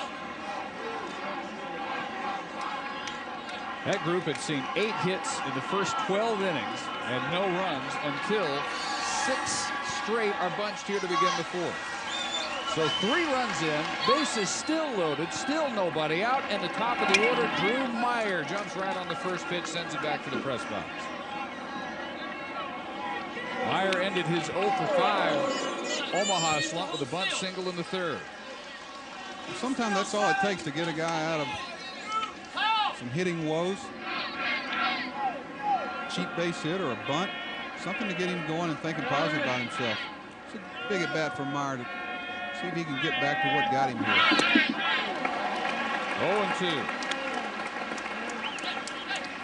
0-2. Boy, after the way Khalil Green looked after being awarded National Player of the Year honors, 3-run homer, swung just a devastating bat against Nebraska in game 1. Meyer is used to those comparisons in the South Carolina-Clemson rivalry. Meyer picked ahead of Green in the draft this year. That move caught just in fair territory by Seeley, and they finally have it out.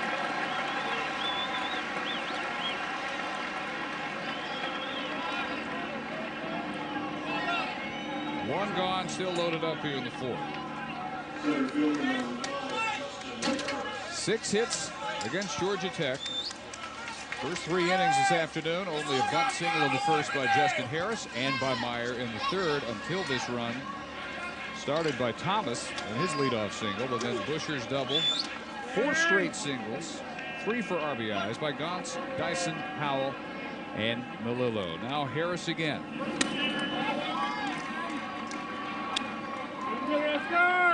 Morrison already in out of the Nebraska bullpen, but it stays busy. With Dyson down at third, Powell at second, Melillo at first.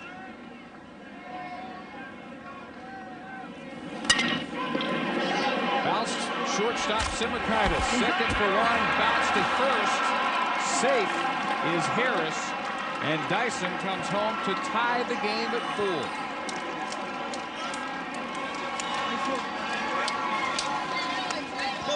Definitely a double play opportunity. Well, semi-slow developing. I think the key was the pressure that the runner put on the second baseman here. Good slide directly into the bag. Going to be a borderline play there, even if the throw's a little higher and more easy to handle. Good job of blocking that ball by the first baseman. That's a tough ball to come up with cleanly. That ball gets by him, you got another run across the board. Well, we got to tie a game here very quickly, David. Harris has an RBI on the fielder's choice, his 29th of the year, 4-0 to 4-4. And the Gamecocks have batted around here in the fourth. Biggest bat they have, Yaron Peters. Will try to give South Carolina the lead. Just missed a home run in his last at bat. Probably to the deepest part of the park, center field. Very few exceptions. I would think this is just the guy that Coach Tanner wants up in this situation against a left-handed pitcher. SEC Player of the Year. Record setter in home runs and RBIs for Carolina. Huskers have a right-hander up in the bullpen now, Steve Hale. 1-1.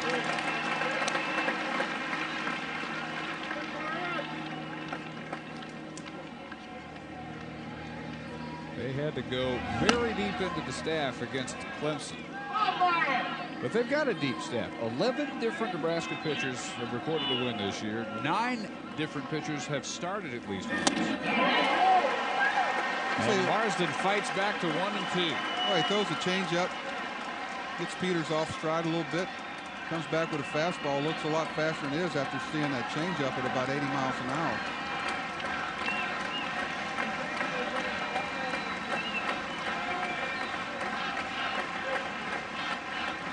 Keep in mind now, he's going change up for strike 2, high fastball, for strike 1, high fastball for strike 2. It'll be interesting to see how he goes here. It should be something soft. It was at 79 and chop 5. Well, he's shown him 3 different pitches now. He threw the changeup, fastball up, and a breaking ball. So he's shown him his full repertoire. See the slider here? You're trying to get this thing to start in the middle of the plate and break in underneath his hands, just barely missing the strikeout. Left down at third. On the left side, backhanded by Simakaitis. Can't come up with it cleanly, and another run is home, and South Carolina has the lead.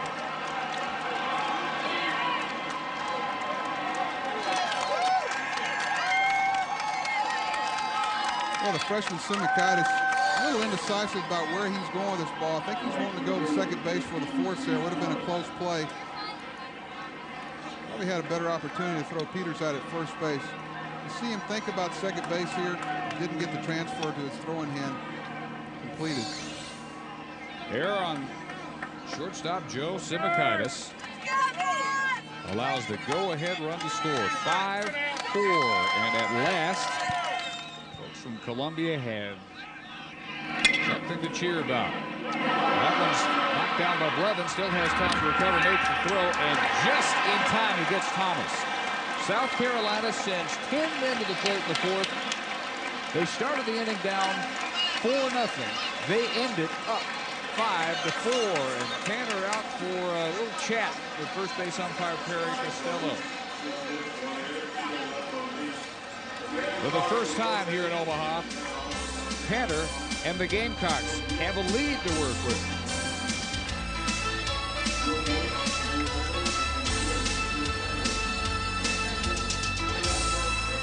South Carolina burst through with a 5-run top of the 4th. 6 straight hits.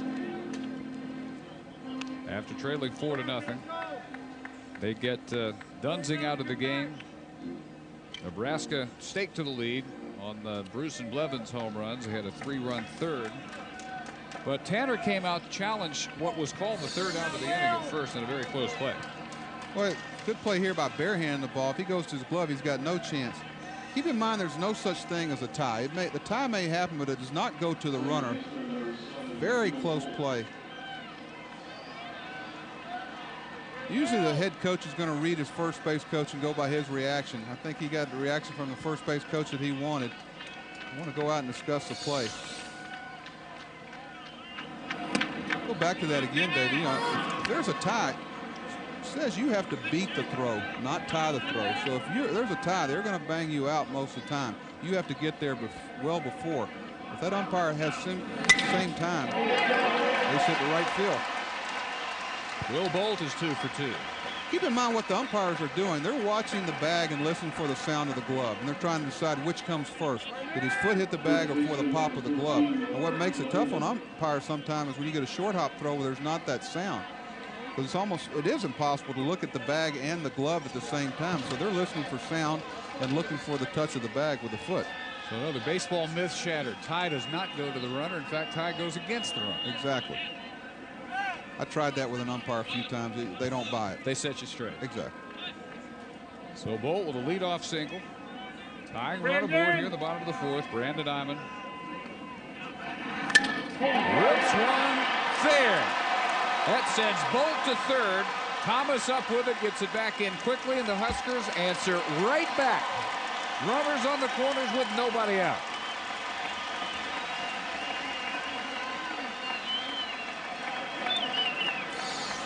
He get a breaking ball, I believe. Yeah, out over the plate. Hooks that ball down the first base line. Enough height to get over the first baseman's head. Anytime that ball's behind you as a runner at first, you know you can go first to 3rd. Very fortunate to hold that hitter to a single only there with the ball going down the line. Powell has had confab on the mound with not only Marchbanks but also the infielders as Chris Spiker starts to get loose. Blake Taylor, the starter, with 2 to 3rd, 4 runs, 5 hits. Marchbanks came in after Blevins' home run, the 2nd of the 3rd inning, to get Seeley and Gross. But is greeted here in the 4th by back-to-back singles. Strike 1 to Simakaitis. Simakaitis gets a chance to immediately make up for the error that allowed the go-ahead run to score. And he does. Gapper right center. Bolt is home. Iman will be held at 3rd. An RBI double does the job for Simakaitis, and it's 5-all.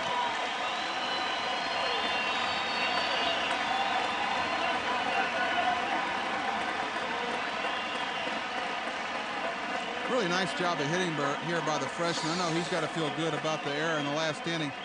Another job of staying inside that baseball, hitting that ball right where you got to hit that pitch. Doesn't try to do too much with it and drives it up the alley in right center field. Gives you an idea how deep and how big this outfield is here. You're getting balls going into right center field and left field gap that aren't getting to the fence. David, why do I have the feeling that we're going to have a little back and forth here for 9 innings? Yeah, we saw a couple of pitchers duels. Great one last night between Texas and Rice. It's not what we've got here today. 5th Nebraska extra base hit already. And we're just here in the bottom of the 4th. A run in. 2 in scoring position. Nobody out. At the top of the order, Lizzie takes a strike. 1 for 2, singled and scored ahead of Bruce's 2-run homer last time up.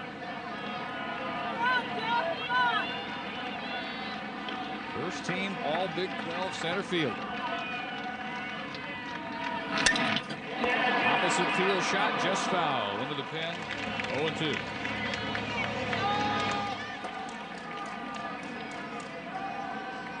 Lizzie's had 36 multi-hit games. That's better than 1 out of every 2. He's got at least 2 hits. 1 for 6 on Friday. That's for a multi-hit game here. Multi-run, Nebraska 4th. And not incidentally, regain the lead. I'm surprised at how much the left-handed pitchers are working away from the left-handed hitters. Letting them get their arms extended a lot. Powell will set off the plate away there. Tough for these guys the way they're crowding the plate. You got to make them aware of the inner half of the plate. Like that? Not that much. That way? I'm afraid they might have been watching the game in Shea Stadium yesterday. Yeah, I think that's in, Dave. You must have heard me. That's in and behind. The throw a lot of Met fans hoped they'd see from Sean Estes to Clemens yesterday. Another one out of play. Do you think that's finally been put to rest now? If we let it. You know what I mean? It seems like, I understand it's newsworthy, but, you know, years ago, teams would police themselves, and I wish sometime we could allow that to happen, but I understand that it's certainly a story. Get rid of the DH, and things do have a chance to take care of themselves, right? I agree. Up high. 2 balls and 2 strikes.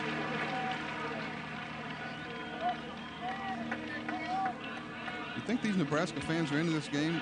They just completely cheered a 1-2 ball call.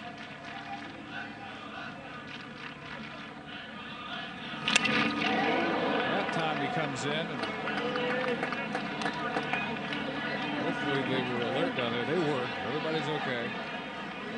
Still 2-2. Well, if you camped out from midnight on, you'd be into every pitch if you could just stay awake for every pitch. That's the real challenge. Another 2-2. And Lizzie continues to fight off Marchbanks. That's a good at bat right here. He's showing you why he was such a big part of this Nebraska team's success this year. Marchbanks will come to him for the 9th time this at bat. Pops him up. This will be fair on the right side of the infield, and the second baseman Malillo makes the call for the first out. Well, tonight on ESPN, Sunday Night Baseball presented by Nextel. More Yankees-Mets. See if anything erupts tonight. Interleague matchup from Shea at 8 Eastern, 5 Pacific. And don't forget, baseball tonight precedes the game at 7 Eastern.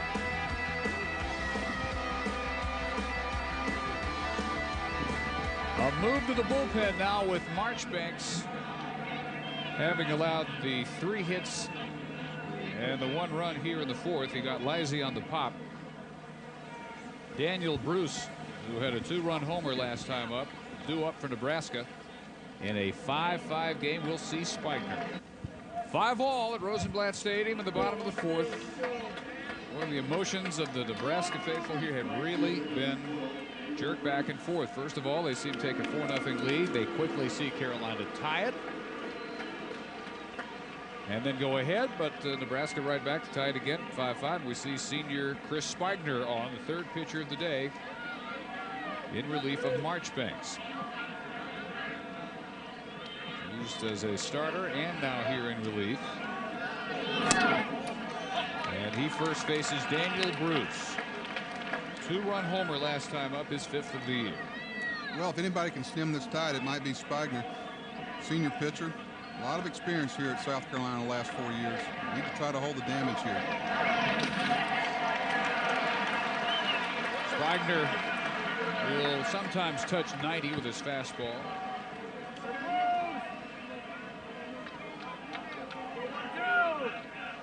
Tough assignment he inherits here. Bruce and then the DH Morris.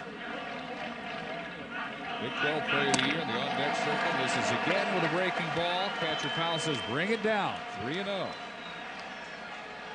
Morris awaits. 22 home runs. 88 RBIs. This with Iman at 3rd. Simakaitis at 2nd. 3 straight hits. And then the pop-up by Lizzie against Marchbanks. Came with a fastball. Missed inside with that. They're loaded.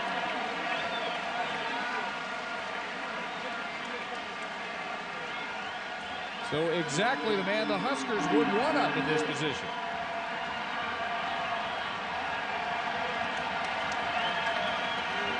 Not the type of situation that you want to create. Facing Nebraska's best hitter with the bases loaded with less than 2 outs. Let's see what happens. Morris has had an RBI in 10 of his last 11 games. Another breaking ball misses. Nothing but balls so far from Spigner. And Aaron Rawl may be next in.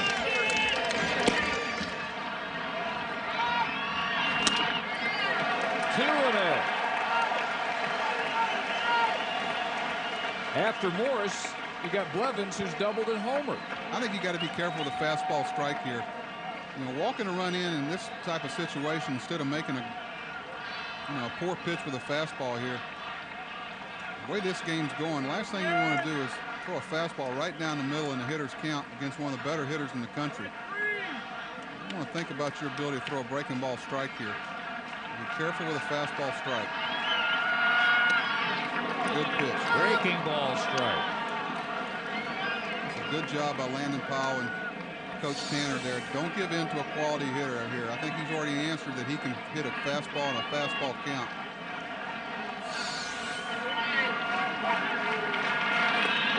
Got him to swing at ball 3. It's run down by Powell. Nobody can advance, and it's 2-2. Morris did him a huge favor there. Well, now he's opened up both pitches to him. He's opened up the changeup, breaking ball, curveball, because he's shown him that he'll throw the breaking ball behind the count in a key situation. He's shown him, Morris, that he's got great confidence in his curveball. So he could actually throw him a fastball in the inner half here and get him out also. That strikeout, though, Morris only 25 times this year. Right field, Thomas comes on. Base hit brings Iman home. They're still loaded. Morris with an RBI. His 89th of the year. 6-5 Huskers.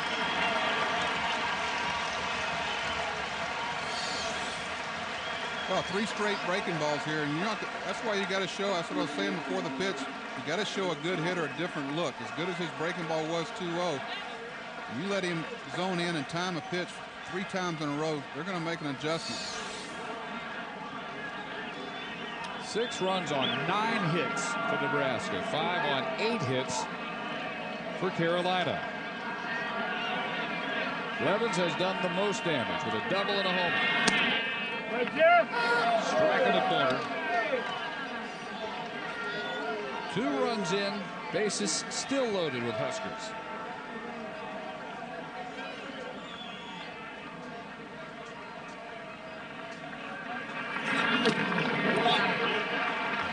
Strike. We're only in the 4th inning, and you really get the feeling that this game's going to hang on every pitch straight through to the 9th. Hang on.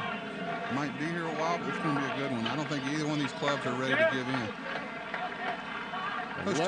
11 runs, 17 hits. How many more coming? Almost got away. 2-1. Right now, you're just looking for a hot pitcher. Somebody come in and give you a couple innings. Both clubs are. They can kind of stem the tide and let a run mean something. Right now, you get the feeling that the last team to hit's going to be the team that wins the game. One of these pitchers for these 2 staffs is going to have to step forward. He's a pitch away from walking in the 7th Nebraska run. Semikaitis 3rd, Bruce 2nd. That's Morris. Down at first after an RBI single. Cleanup hitter Blevins waiting for the 3-1 pitch from Chris Spigner. On the corner. There's a quality pitch behind the count. A late life sinker. Kind of pitch that can get you a ground ball and get you out of this inning.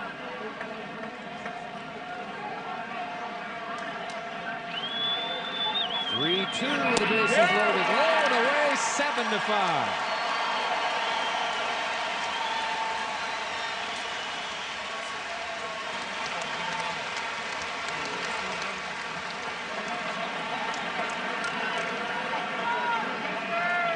So Simakaitis more than makes up for the air.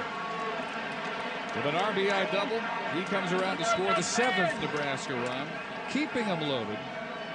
The walk to Blevins. And now Justin Seeley, the left fielder. Grounded to first, fly to left.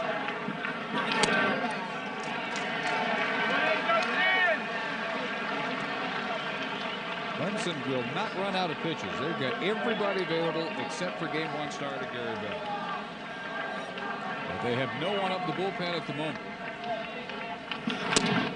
Ball and a strike. It was Seeley who clinched Nebraska's return trip to the College World Series with a grand slam against the Richmond Spiders, who had tied it. Seeley with the key swing of that Super Regional and an 11-6 win. Got foul, a ball, and 2 strikes.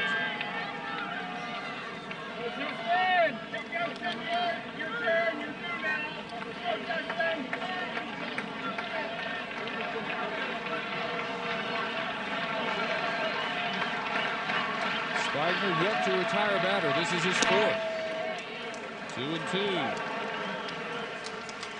He walked Bruce and Blevins, sandwiched in between there. Morris's base hit. Where might Ray Tanner go next? Oh, strike 3. Great pitch. That's a pitch I've been looking for him to try to feature. Establish the fastball in the inner half. Still the best pitch in baseball is a well-located fastball. After all the soft stuff, that's a perfect pitch and 2-strike count. Nothing he can do with that. Ball starts in the middle of the plate and has a little run back on the inner half. He's got to take that pitch for strike 3. Spigner finally gets somebody. And now with 2 outs and the bases loaded, he'll try to get John Gross and finish off this 4th inning.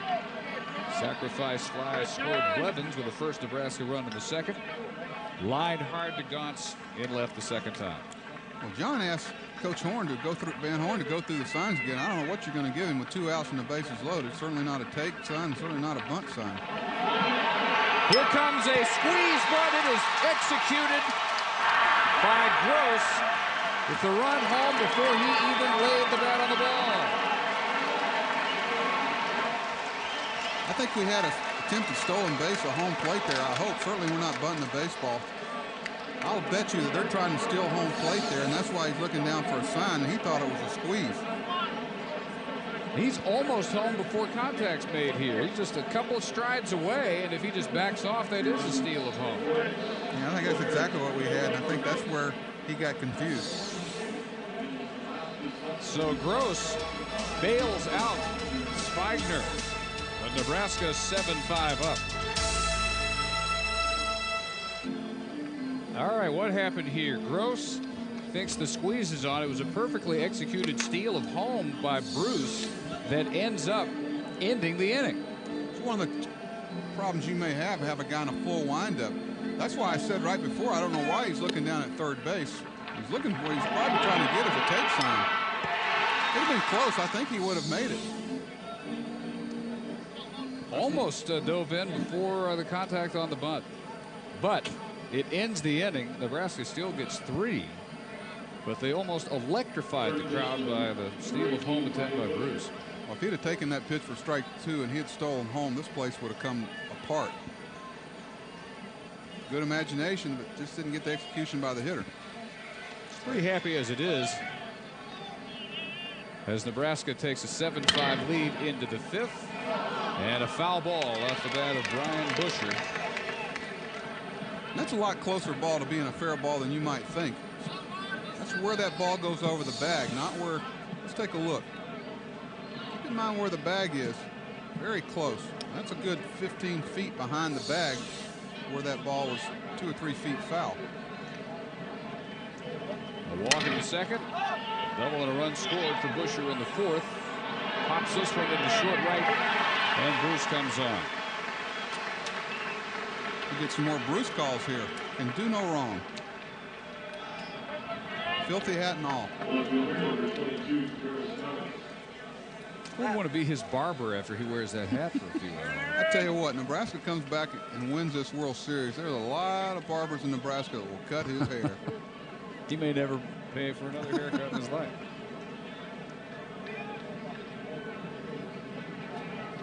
Garris Gotts fouled out to first. RBI single. It scored a run. And the 5-run Carolina fourth.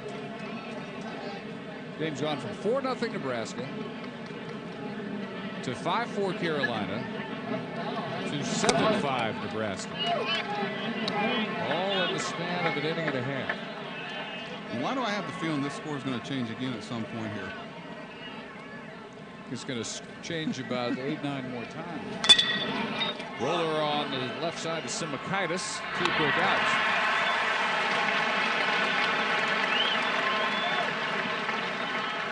Since Simakaitis' error allowed at that time the go-ahead run to score for the Gamecocks, Larson's calmed down with 3 straight retired, 2 on ground balls in relief of Brian Dunsing. So with 2 outs, Trey Dyson, who also contributed an RBI single to the 4th. Swings at the first pitch. Should be a very quick 1-2-3 inning, but it's not because Blevins down at third can't quite fight off the sun. I'm surprised he doesn't have glasses on there at all. It's really a shortstop's ball there in that situation, believe it or not, because of the angle that he can get to this ball. A shortstop can get to this baseball. Surprised he doesn't have his sunglasses on there. We've got up here exactly what he needed. Yes, we do. You got actually 2 options here. You got the flip tops and you got the regulars. Well, a lot of people, depends on which one they look better in. Center field, Lisey, no problem with the sun, but it's still a 1-2-3 fifth.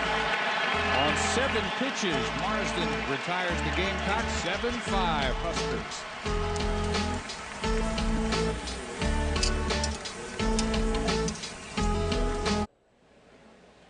Dave Ryan in the stands back in the College World Series telling you about Nebraska. And they've had some tough luck in Omaha in their 2 appearances so far. Their first ever game against Cal State Fullerton went down by a run 5-4. Then to Tulane, a heartbreaker, eliminated by a 6-5 final. Friday night, it happened again in front of a packed house here. Rosenblatt Clemson's Jeff Baker, a base hit to left field, and the Tigers in the bottom of the 9th inning win it over the Huskers 11-10. Now in the 5th inning, Dave and Buck, they have got a 7-5 lead, and sitting here, guys, in the stands with a lot of the fans, you really get the sense that they're anxious for a victory, but at the same time rooting every pitch, as Buck mentioned, really hoping to see some history, the first ever Husker win at the College World Series. Really remarkable what Dave Van Horn has done to stir up what was a basically non-existent fan base for baseball in Lincoln. Not many coaches, Buck, can say they increased attendance 2,000%. That's what's happened. I tell you where you really get the attention of an athletic director is when you say, you know, we can break even with college baseball. That's when you really get the attention that, you know, we're doing something pretty good here. Because, you know, let's face it, the football program supports so many of the athletics, especially at Nebraska. 1-2 to Bolt. In Van Horn's first year, the attendance for the entire season was just under 7,200. At the Super Regionals, they led the nation in attendance. Sinking line drive and a diving catch by Thomas out in right. Bolt is robbed in his bid for a 3-for-3 day. It really ends up in almost a routine spot in the outfield, but where Thomas was playing him, turn it in, he had to come a long way, really shading him down the right field line. Watch his head here. He took a pretty good jolt after he caught this ball. Head's going to pop off the grass. Thank goodness we don't have turf here. The shade stayed in place. Star by that one by Steve Thomas, Carolina right fielder. Brandon Iman, 2 balls and no strikes. Iman yet to be retired, a walk and a single. Interesting to see if Blevins goes out to play third base next inning with some sunglasses on.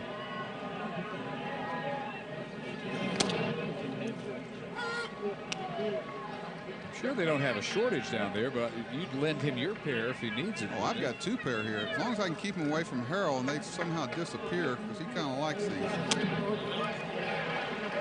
Always loved the flip top. It's one of the greatest inventions in sports history. Key to it a lot of times is, you know, if a ball goes in the sun and stays in the sun, there's nothing you can do to help that. Hyman works his second walk. Spider got a nice little bleach mohawk look going for himself.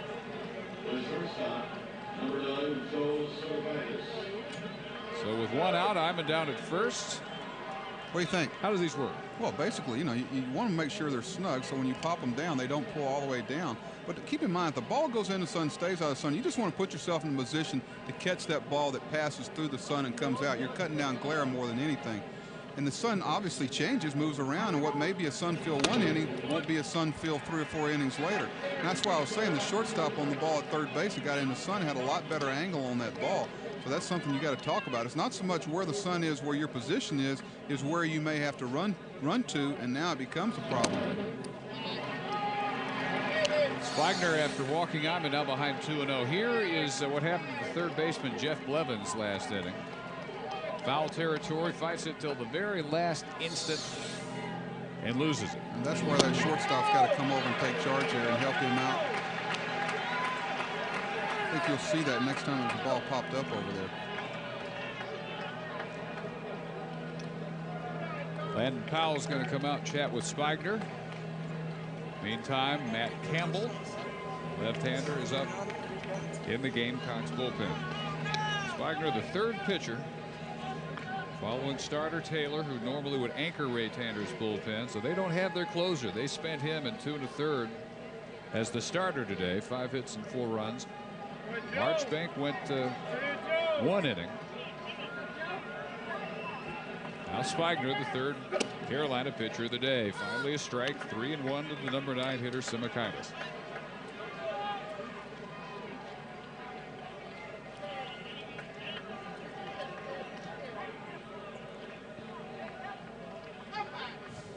Hyman down at first. Full count. Call strike 2. Friday against the Yellow Jackets, the bullpen called on for 5 innings in a lost cause, the 11-0 loss. After the starter Gary Bell lasted 4. They didn't have any more success against Georgia Tech than he did. I don't think I've ever seen so many left-handed pitchers in one series. It seems like every club, David's got 4 or 5 left-handed pitchers. You'll find some major league clubs lucky to have 1.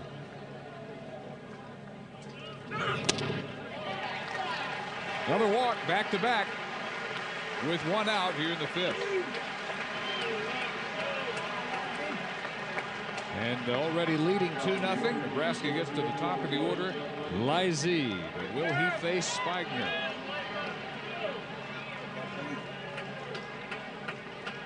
Jerry Myers, pitching coach, will make a change, and they'll go to Campbell here in the 5th inning with Nebraska leading and threatening for even more.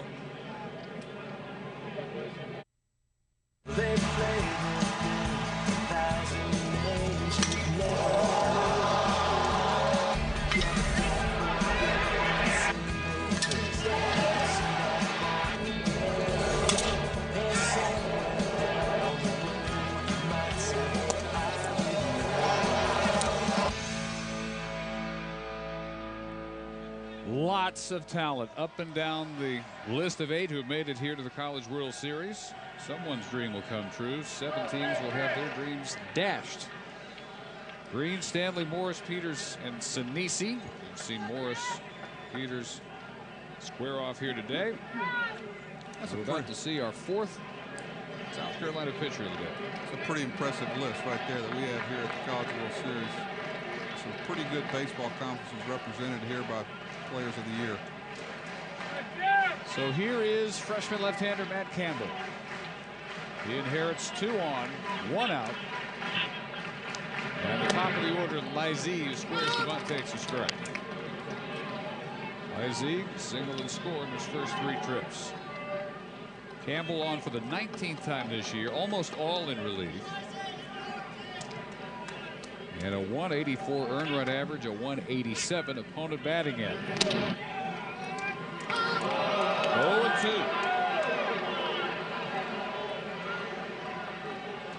Impressive breaking ball from the young freshman. South Carolina just needs somebody to come in and put some zeros on the board. Spagner lasted 1 inning, faced 8 batters, walked 4, and gave up the RBI single to Morris. Bailed out on the near steal of home by Bruce by Gross's attempted squeeze. That was the 3rd out of the last inning. He gets Lizzie to chop to first baseman Peters, which advances Ivan to 3rd and Sindicardis to 2nd. So Bruce will come in with 2 in scoring position and 2 outs. Sounds to me like we have Bruce coming up to hit. Keep waiting for the strains of Badlands to come through the speakers. Or Nebraska. I mean, he had a whole album you could play here. Daniel Bruce, 5th home run of the year, 2-run shot in the 3rd. Followed 2 batters later by Blevins' home run. He greeted Spagner with a walk in the 4th. Spagner's control finally caused him to depart with 1 out here in the 5th.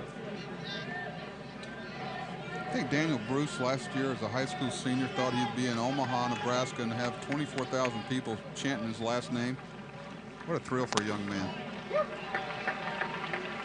Well, that's what the starter today for Nebraska, Brian Dunsing, was talking about. You know, a year ago, here I'm at high school now, I enrolled in Nebraska, and a year later, I have the College World Series on my shoulders in my hometown. So their dreams have already come true.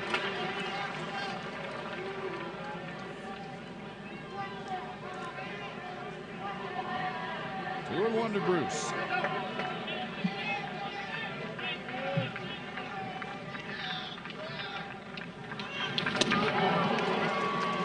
Good changeup. Yeah, this isn't the typical situation you might see in the major leagues where you got a base open left-handed hitter behind a hot hitter. You might see intentional base on balls.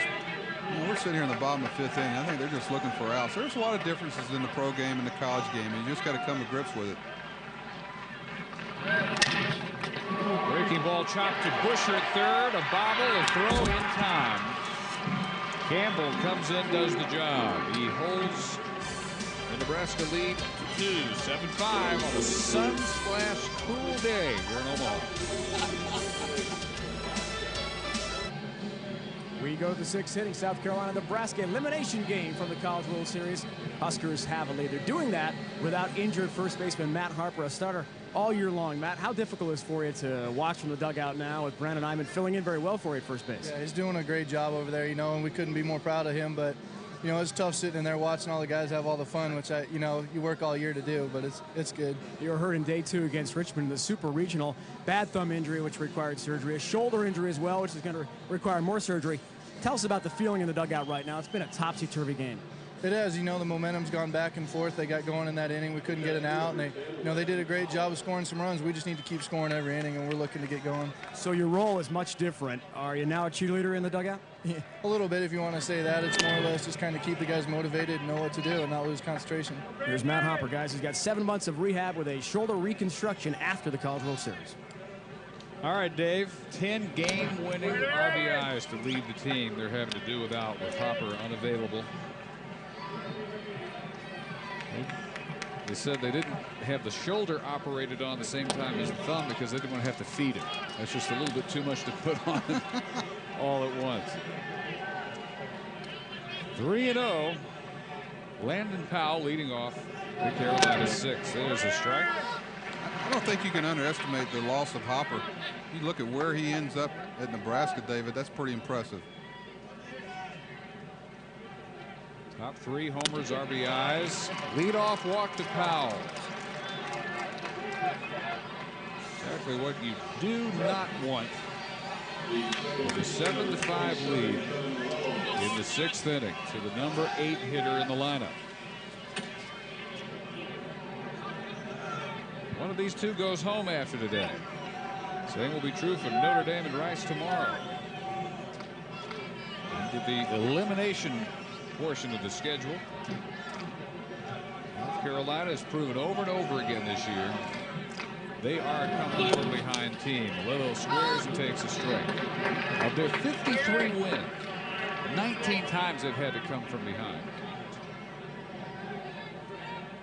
I don't think there's a single team of this World Series considers it a cakewalk to get here. They've all had some challenges along the way. They've certainly been tested. Certainly aware of this type of situation they've had. You got a possible bunt situation. Looks like Coach Tanner's going to try to stay out of double play here. He's got the top of the order behind him. Possible hit and run. Tough to do with a left-handed pitcher. 1-1 to Melillo. As we said before, South Carolina is not a team that you're going to see sacrifice bunt much unless it's late in the game and one run's really going to matter. Right now, it doesn't look like one run's going to mean that much. Melillo had the 6th consecutive Gamecock hit in their 5-run 4th. First out here in the 6th. Marsden gets his first strikeout.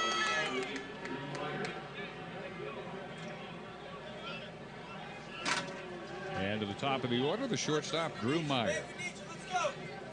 Now 1 for 7 in the series. Bunt single in the 3rd.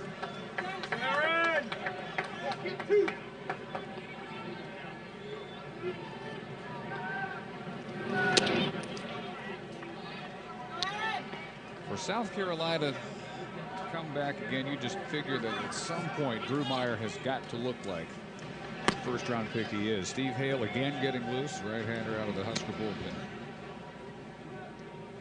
It's hard enough to win if your star is playing well here. If your star is struggling, you're really asking for a lot from the rest of your roster. Well, in all fairness to Drew, he's faced a steady diet of left-handed pitching. He hasn't been real selective. I think he's pressing a little bit. A lot of breaking balls out of the strike zone that he's swung at.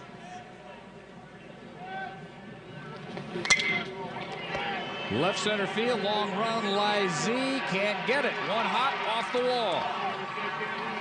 Landon Powell to third, and Meyer finally breaks through with a double. First time in the College World Series, Drew gets it out of the infield. I think you're going to see fastball out over the plate a little bit, probably down, stays inside and drives this ball the other way. Yep, fastball kind of down, middle away. Believe me, he's pretty happy to see that ball fall. Good runner. Got the potential to change position in at the next level, if need be. Well, as long as A-Rod's there in Arlington, it'd be a good idea for Meyer to bring several gloves to the park when he turns pro. I agree with the Rangers.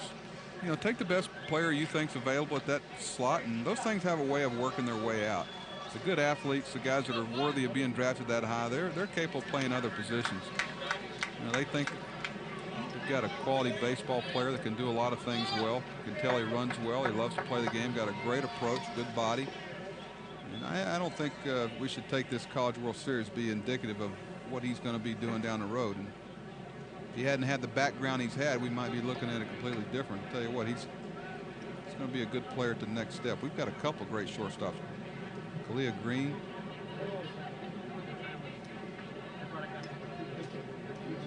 Green showed everything he had to Nebraska Friday night. Key 3-run homer. Hale has been loose. Van Horn is out. But you'd think second time Hale's been out, he is more than ready now if called on. And I found out in the big leagues, the one problem you have handling a bullpen is you don't want to get guys up, set them down, get them up, set them down, get them up, set them down. That's what really creates wear and tear on a relief pitcher, especially at the major league level. I found that if you get them up that second time, you need to either get them in the game or sit them down completely. You're asking for some physical problems. Hale's going to get in the game. 1 out in the 6th and a 7-5 Husker lead.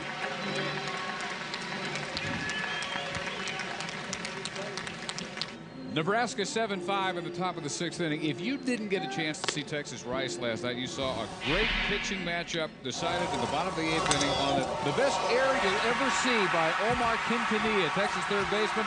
Kept it alive to make that perfect throw over the shoulder of Vincent Sinisi.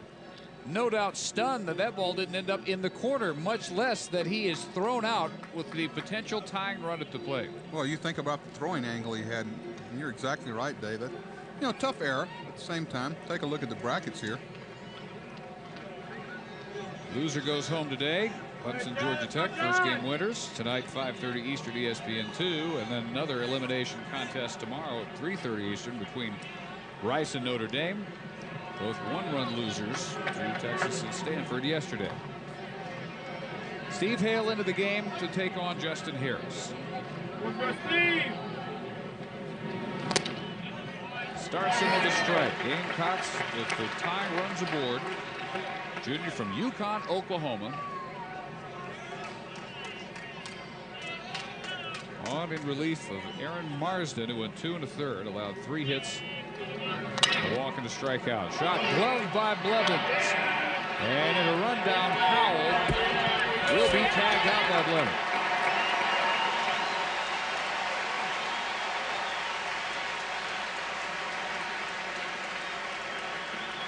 So Powell's gone. Meyer down at third. Well, you got second, third. They're going contact play. Anything hit on the ground, they're moving.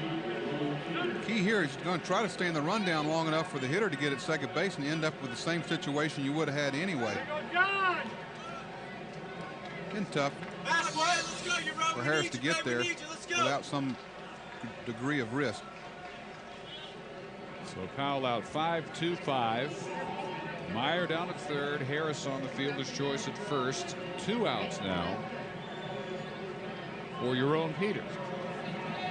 So from scoring position, second and third, 1 out, to a pitch away from getting out with no damage here in the 6th. Hale gets a perfectly placed hard hit grounder to get Powell out of the way in the rundown.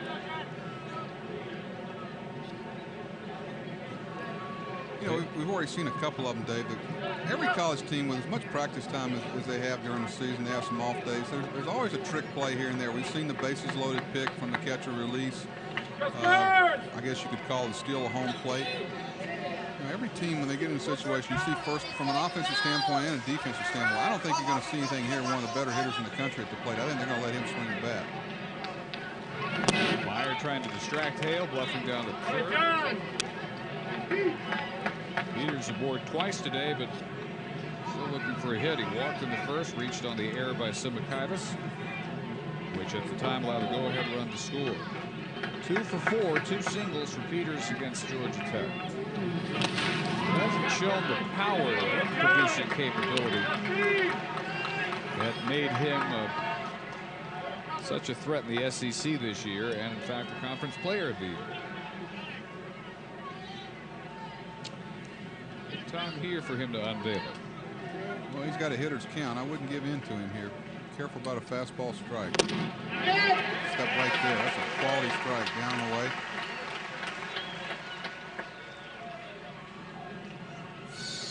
Hale's got just enough crossfire.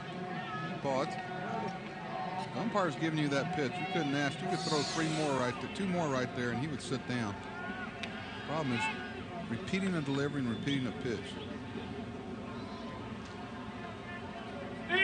Since it's all Nebraska fans here, you don't hear the call of balk. Every time that's attempted at every level of baseball, you hear balk from the stand. Or Bruce. A lot of Bruce today. 3 balls and a strike. As Hale works very carefully with Peters. Cleanup hitter Steve Thomas on deck. Hale actually a 3rd-year sophomore. He had a medical redshirt. It would have been his first year, 99. 3-2.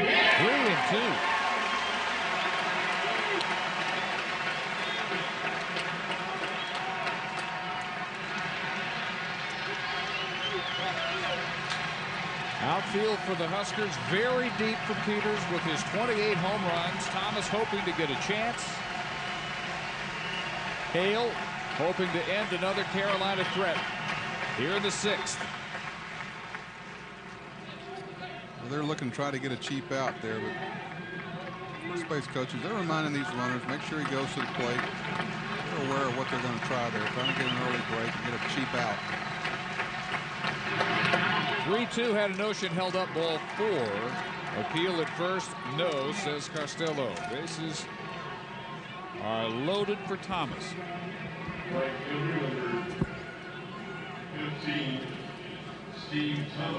Steve Thomas into the first with a 4-6-3 double play. He started that run of 6 straight hits in the 4th and came around to score the first Carolina run of the series.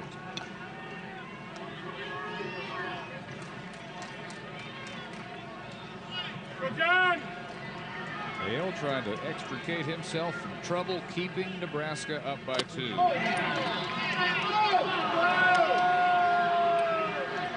sure where he missed that one.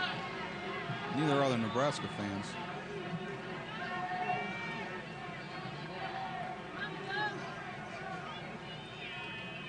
Thomas was beginning of the year actually their 4th choice penciled in the right field picture.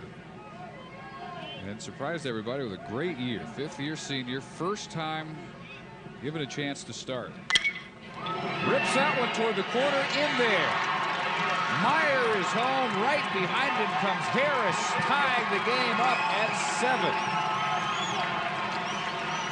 That's a big 2-out hit for South Carolina. Looks like for a second there, Nebraska was going to get out of this thing unscathed with the run down, sharp ground ball to third, breaking ball up and in. Gets a barrel over the hands. Good job of hitting. Should score from second base on that ball every time with 2 outs. 100th hit of the season for Thomas. He's now the 3rd Gamecock with 100 hits this year. Joining Peters and Meyer. RBIs 66 and 67. Busher now to bat in a 7-7 game.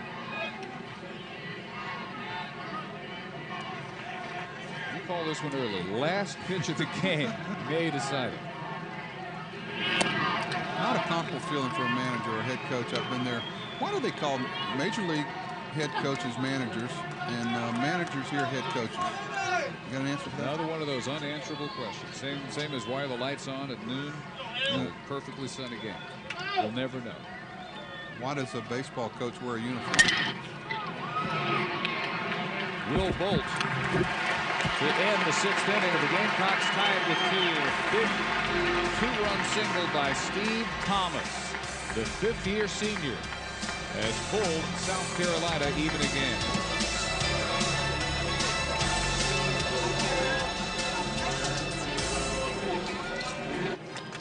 He wasn't quite so chirpy not too long ago. South Carolina has had to fight from 4-0 down and 7-5 down.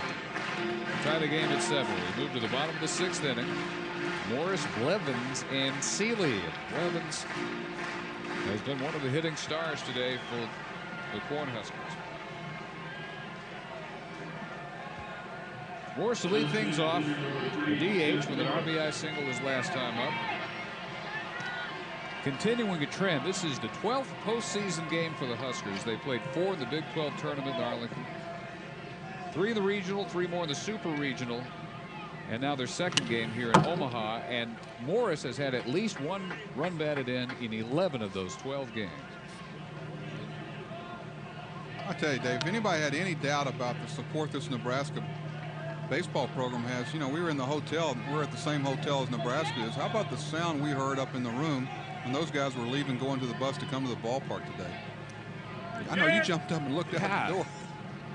They lined up. They were walking through the lobby, and then this enormous ovation spontaneously goes up, and all the hotel employees, all the Nebraska fans staying there. I thought it was Harold Reynolds going through the hall there. I did too. That's why I had to look. I assumed that Harold Reynolds had made an appearance. You know, being with Harold in Omaha is like it must be walking through Liverpool with Paul McCartney. Oh, it's the Pied Piper.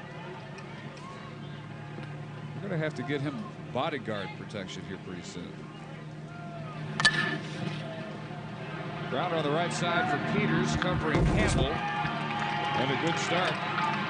for Carolina to the 6th, retiring the leadoff man, Morris. Fourth time they'll see Blevins in his second at-bat. In the 3rd inning, he went deep with his 7th of the year. That was 2 batters after Daniel Bruce's 2-run homer. That was the last batter faced by the starter, Blake Taylor. Blevins has yet to be retired by Gamecock pitching. Campbell starts him with the strike. If there is a pitcher that can get Carolina into the deep part of this game, you would think it's going to be Campbell. He has the best ERA on the staff, 184. 187 opponent batting average against him. And he's retired the first 3 he's faced today, the first 3 in the lineup for Nebraska. I'm sure that was some of Coach Tanner's thinking when he started Blake Taylor. He felt like he might be able to close this game out with Campbell if he could get to that point. I got news for you. If he keeps pitching like this, that's exactly what they're going to try to close it with. Shot through for Blevins. A 3-for-3 day. I jinxed him. Yeah, he got his first 3 batters all on ground outs. This one on the ground, but hit a little too sharply. So the cleanup hitter playing that role to perfection today, the 3rd baseman Blevins, aboard with 1 out for Justin Seeley.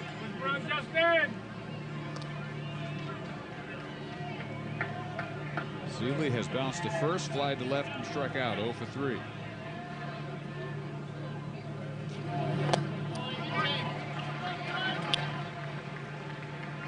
Campbell built a lot along the lines of Taylor, maybe a little taller, but Taylor, the thin man, at 155 pounds. Campbell not much more than that. It's something we haven't seen much of, Dave, in the 2 games that we've had, as many stolen bases. I think both coaches talking about sacrifice bunting and stealing. If it's there, they're certainly going to try it. But they don't feel comfortable about giving outs at the college level unless you're 100% sure, or even 80 to 90% sure about the stolen base and the bunt. They're not going to take a chance of giving away those outs. And I think so many left-handed pitchers have something to do with that too. It makes runners very uncomfortable about stealing. You know, Peter Gammons tracked out a statistics professor at Harvard who's done a study about the bunt and its effect on the game. And he can prove to you that the bunt is never a good play unless you're playing for 1 run to tie or go ahead in the late innings. Other than that, it's too big a price to give up an out. I agree with. Is he talking about college baseball or baseball in general? I think he was mainly studying the majors, but I think it's talking about baseball in general. I think, and the denominator doesn't come into play there is who the hitter is. You know, if I got a pitcher up there, yeah, I'm going to bunt. See how the double play if he puts the ball in play, or the strike out and try to move a guy 90 feet. Or you got a weak 8-hole hitter. I mean, obviously you're not going to bunt with a 3- and 4-hole hitter much. So there's some variables there to that study. Heck, we saw a squeeze play with 2 outs today. Still going to find out exactly. No, that was a steal of home. What happened? I think the hitter just messed it up. Instead of a take sign, he thought he saw a bunt sign. Well, it's funny. It was the first baseman after he caught the throw for the 3rd out was thinking maybe I had the outs wrong. The whole team stayed on the field. They couldn't believe that there was a bunt laid down with a runner running at 3rd base. Be interesting to see what that run means as we get further into this game. The thing was, it was a perfect steal of home. But Bruce, if it works, he just holds off, doesn't try to bunt that ball. Seeley is aboard for the first time. 2 on with 1 out for John Gross. Campbell already talking with himself. Now he'll talk with his pitching coach, Jerry Myers, about leaving the game. He's gone. So Campbell, the leading ERA on the staff, goes an inning, allows a single and a walk here, and he'll give way to John Wesley. ESPN's presentation of the NCAA College World Series is brought to you by Olympus. Inside every Olympus Comedia camera are the most realistic digital images yet. I haven't seen Olympus, one, Harold. Nothing's impossible. By your neighborhood 7-Eleven store. Oh, thank heaven for 7-Eleven. And by Charbroil. Keep. Okay. Closing billboards. Heads up. I can tell that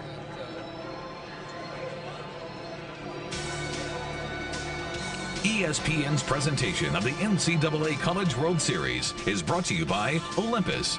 Inside every Olympus Comedia camera are the most realistic digital images yet. Olympus, nothing's impossible. By your neighborhood 7-Eleven store. Oh, thank heaven for 7-Eleven. And by Charbroil, keepers of the flame. 7-7. And here's a different look. They go from 170-pound left-hander Matt Campbell to 6'6", 235-pound right-hander John Wesley. Junior from New York, on for just the 10th time this year. Injured most of the year, but has been a key factor for him late. A save against LSU in the SEC tournament, and in the win over Miami to clinch the trip here to Omaha. Starts John Gross with a strike. So Wesley has pitched only 12 2/3 innings this year. Opponents hitting only .205 against him.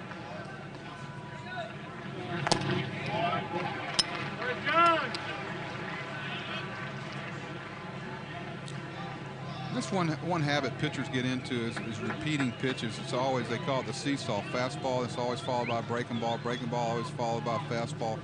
Good hitter's going to make that adjustment. That's why catchers got to stay out of patterns. They got to try to repeat pitches. Every once in a while, throw back-to-back changeups. I think you get into a rut and you're always throwing a different pitch, following a different pitch. 2-2. Once again, we saw it a little bit the other night with Baker from Georgia Tech. Think about the release point with a kid this big. It's a different look than hitters see. I think sometimes you do a hitter a favor by spinning the baseball on him. I think you really rely on the fastball here as much as you feel comfortable with, just like that. Still the best pitch in baseball, Dave. Well-located fastball for out number 2. Well, the pitching coach is always talking about that, and strike one, the best pitch in baseball, working ahead in the count. You get in a situation where you're always trying to trick somebody. Sometimes the best pitch is rear back and throw that old high hard one, just like John did there. Second baseman Bolt with 2 on and 2 out. And a 90-mile-an-hour fastball catches the outside corner. Bolt, holder of 7 school career records in Nebraska. All set in the last month, including career games, hits, doubles. Conference record for assists. Both runners going, throw to third in time to get Blevins. Landon Powell ends the inning catching Blevins at the front end of an attempted double steal. We are through 6, still tied at 7.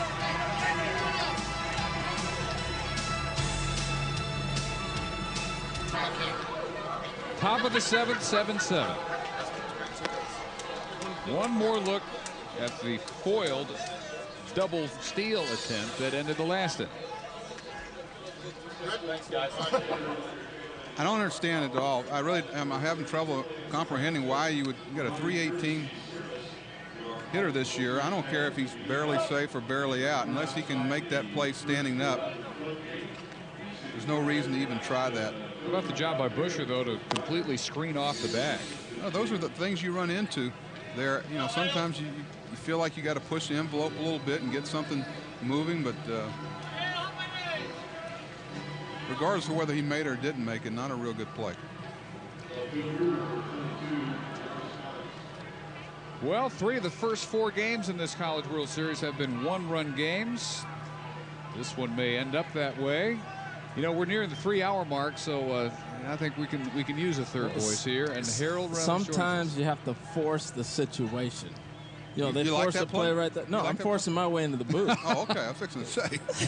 Well, what about that? What would Dick Williams have done there? Dick Williams, you're still on third base there with 2 outs with a 4-hole hitter up, or 5-hole. That guy wasn't, but he's a good hitter. I know I wouldn't be playing tomorrow. You'd be flapping your wings back down at Tacoma. Yeah. He had some good baseball today, though. It's a crazy game. It's an interesting baseball. We had the apparently successful steal of home that turned into an unsuccessful squeeze attempt to end the inning. Very odd play. Yeah, that was weird. I was watching that play in the truck, and it looked like he got a pretty good jump going down the line, and the batter must have panicked. I had said, Harold, before the play, he's looking down there with 2 outs. And I'm going, what signal could he possibly be looking for? He's not going to take here. So I think he got confused. He got a steal sign, thought for some reason it was a bunt sign. Or, like you said, he panicked and saw him come down the line and thought he had forgotten how many outs there were. That's why you have a return sign on a squeeze play, so the third base coach knows whether or not it's on.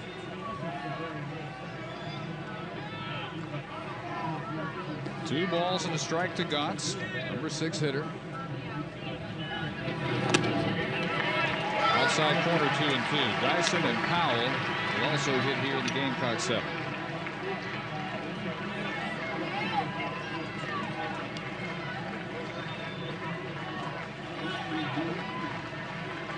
Hale, the third Nebraska pitcher of the afternoon. High hops, and Makaitis fights it off. Time to still make a throw, but not enough time to get Gotts. Well, that ball looked like it kicked back to the left on him. It looked like he was in pretty good position. It just kicked. The thing about a ball hit that hard, you got so little time to make an adjustment, any type of kick or anything. That ball comes up. That's what makes it so special to be a shortstop. That's why shortstop's the most difficult position on the field. You don't have the time to react and now pick that ball up and throw across the diamond and get an out, as we witnessed right there. At second base or third, you knock that down, you still get the guy at first. Makaitis has already been charged with an error, but not here. They call that an infield hit. Leadoff hit for Gotts. Dyson, who had an RBI single and that run of 6 straight hits in the Carolina 4. DH is 1 for 3, takes a strike. Boy, sometimes the guy steps at the plate and he looks hitterish. This guy hitterish? Hitterish. Makes the pitcher skitterish. There you go. Dyson just has that look about him. 16 home runs, 58 RBIs. Rose to his knees to make the stop. And 1-1.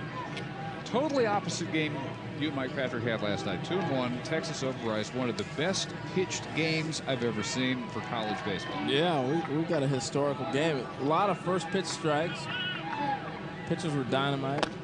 Simmons was incredible. Didn't throw a ball over 80 miles an hour. Yeah, the warmer, not the heater. Yeah. The warmer would come in about 79, 80. One of the best lines I think I've heard in a long time. Instead of calling his fastball heater, call it a warmer. A lukewarmer. But he's 15-1. He is. It's worked for him all year.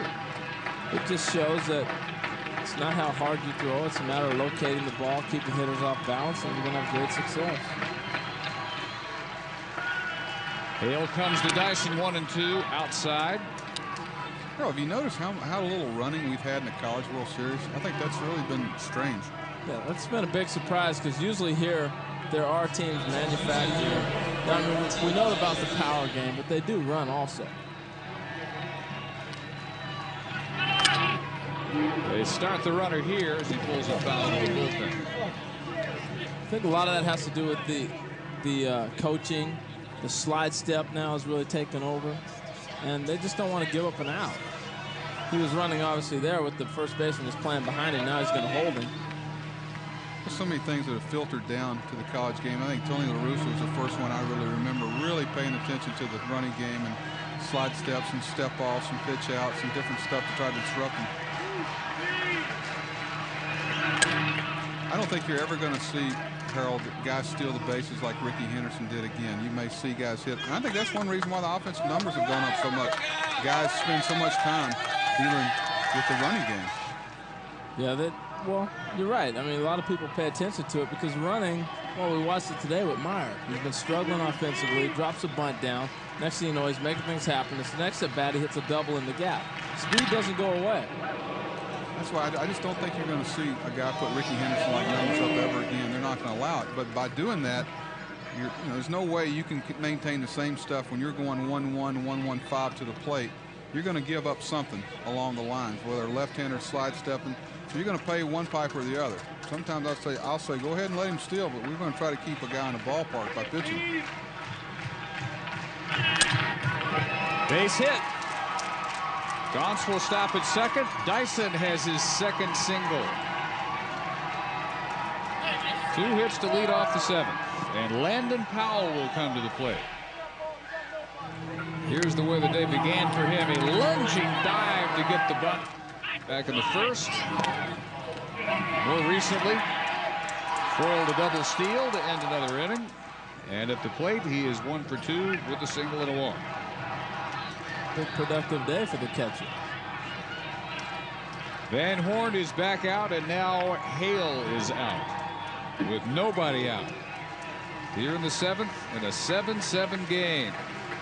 Left-hander Waylon Byers will be the 4th Cornhusker pitcher of the day.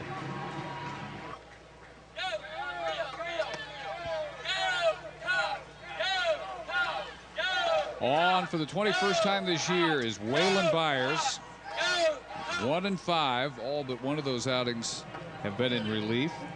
He's in relief of Steve Hale here after 2 singles begin the 7th inning for South Carolina. Fewer hits than innings pitched. Good strikeout to walk. In fact, excellent strikeout to walk ratio. And he has Landon Powell, the number 8 hitter, to deal with Gaunce at second, Dyson at first.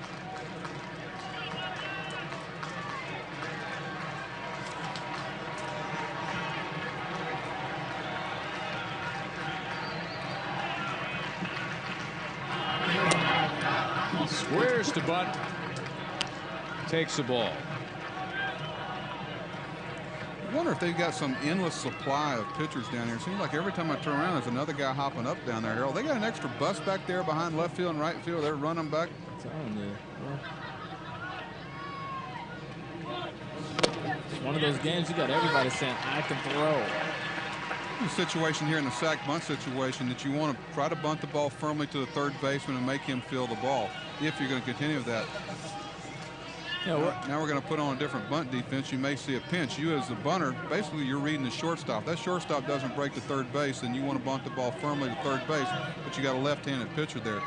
Basically, he's going to read this shortstop and make sure that he doesn't take off for third base here. If he does, you swing the bat. So now you want to bunt the ball. He's swinging. Yep. Lays one down, glances off Hyman before Byers is there to make the play to Bull covering at first. Got some kind of break there with that kick, though, because if the ball gets by the first baseman on that dive, you got the middle of the infield, middle of the diamond wide open. But that's just what we were talking about, Harold. Once you see that shortstop break, you got to swing the bat there. That's the key, and you don't want to bunt the ball, period, in that situation. They're very fortunate that neither one of the 3 charging infielders, the pitcher, the first baseman, the third baseman, didn't catch this baseball because they got an easy out at third base. It's really an easy read. If the shortstop doesn't break, there's nobody there to cover third. You bunt the ball firmly to third base and you get the job done. Landon's very fortunate there. So a 3-1-4 successful sacrifice. We'll have a pinch hitter, big Demetric Smith. 5'11", all muscle, too, 243. 2 homers on the year, second and third with 1 out. I was watching this gentleman take batting practice. You better make sure you get the baseball in on him a little bit. You let him get his arms extended. Not very good things would happen for the Cornhuskers. Timeout called again. Smith is a junior, played some first, some DH. They say every bit as powerful as Peters, has 28 home runs. Dave, it's almost like it's choppy water right now. No real flow to the game. You feeling that? Well, it comes and goes. Yeah. There was a lot of flow to the 5-run 4th inning for Carolina. And then it's been just a series of comebacks since then. Smith has to dive out of the way of that one. I think that's why you see the infield back here. Last thing you want to do is play the infield in here and have a weak ground ball and give up 2 runs. They would very gladly give up 1 run here to stay in this baseball game. And I think Nebraska knows there's going to be some more runs scored. You got 9 outs left as a Cornhuskers. You don't want to play the infield in here. Yeah, it's real interesting. It really has been almost like 3 type of different games, and now you're entering into those last 3 innings, and that's what you want to play for. Now you're playing a 9-out baseball game. Well, that's what you do as a head coach and a manager. Once you get to that 7th inning, there's a little different gear you go to as far as approaching the finality of the game. Off the fist, right behind second, and the call made by Bolt. Right there, that call by Bolt. Bolt taking charge from the freshman. Usually you're going to see a shortstop take that ball. Bolt said, "It is mine. I'm the veteran out here. I'll take that ball." Almost made it too late, though. Simakaitis almost collided with him. Backed off just the last instant, and Smith is retired. That's an instance of the priority there is a shortstop over the second baseman. Unless, like you say, Harold, you got a little bit more experienced player at second base. The guy's going to take charge. So Smith is out number 2. Top of the order, Meyer. Bunt signal in the 3rd. And a ringing double to left in the 6th.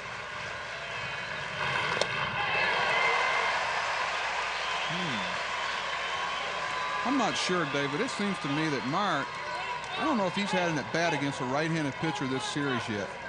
I know he obviously faced Baker with Georgia Tech. I don't remember him facing a right-handed pitcher his whole series so far. You might be right on that. I don't really recall that either. You're right. He was the last batter that Marsden faced, and then the Hale came on after that double. He's got the style working, though. Batting gloves hanging out of the back pockets. Yeah, we went through that. We still haven't seen what he's using them for. 1 and 2. Whatever he's doing, he's done it right this year. Did you have one set to hit with and one set to slide with? That could very possibly be. Sometimes you have a sliding glove that is padded in your hands. Now, that's for a guy that dives head first a lot of times. Well, we watched him go on first, and he didn't make any changes. That's all right. Whatever works for him. Husker Nation on its collective feet for the 1-2 pitch from Byers. Bounces in. Nice stop by Grove. Well, that's a pitch that Meyer's been really struggling with. It's really like putting an outfielder in the foul position. You're defending a ball that can't hurt you. Great job of blocking this pitch, especially a breaking ball where that ball will spin back towards the plate. Yeah, it didn't even have a chance to short on it, and that was a long hop, and usually when that ball hits, it's going to kick the opposite direction. Great play right there. Woo! Meyer barely reaches out to keep himself alive at 2-2. You had 2 strikes, and when you were hitting Buck lefty off a lefty, what were you trying to do? Trying to put it in play, Harold. A lot of guys, I think that's what's changed about the game at the major league level anyway, guys. Strikeouts don't mean that much anymore. They don't worry about them. I'm glad we got Harold up there. That 2 that's come real close to you, Harold. You can make those plays, can't you? I'm running if that ball comes up here. Just grab one of the 6 gloves you have in your locker room. Yeah, here, exactly. It's beautiful. You know, Harold, that's not a bad idea. Let me get you a glove here. What about a catcher's mitt, Harold? Here, you hold it. You got this one. So I'm just here unprotected? No, Dave, we're going to give you some catching gear. Great. Fair foul, just foul by a couple of feet. You know, I want to go back to the point you made, Buck, on the question I asked you. You're just trying to make contact. And with 2 strikes, that's what you have to do. You really are battling the umpire and the pitcher to get a pitch to hit. This is pretty good at bat. It's your fault that you have gotten yourself into that situation, so there's no way that you can, you've got to give in a little bit and shorten up your swing. You can't try to take a long swing in this situation where he's trying to throw him breaking balls off the plate away. And you can't give an umpire a chance to bounce you out here.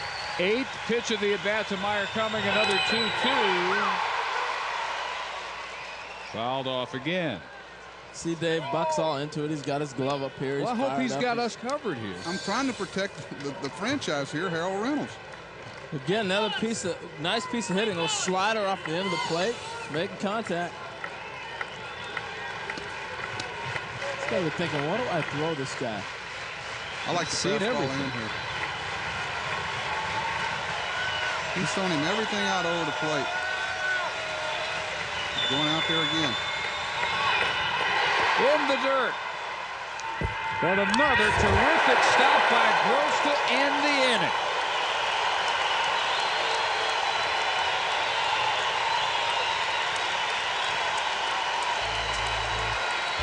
Stretch time in a 7-7 game in Omaha.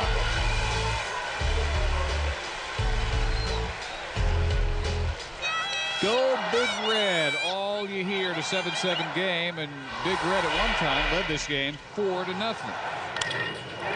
Daniel Bruce with a 2-run homer in the third, put him ahead 3-0. Scored on a bases-loaded walk. And then it looked like they had another run on a steal of home by Bruce, but instead it turns into a foiled, misguided attempt at a squeeze on an apparent missed signal. A couple of defensive changes here. Harris moves from center field to second base, and the new center fielder is John Kutlengas. You look at all the opportunities that both clubs have had. They're leaving a lot of runners on base. 7-7. It could easily be 10 or 11 apiece. Gamecocks miss a great chance to score with Meyer at the plate, second and third. Instead, Byers finishes him off with the strikeout. Bolt, Iman, and Simakaitis, bottom third of the order in the Husker seventh.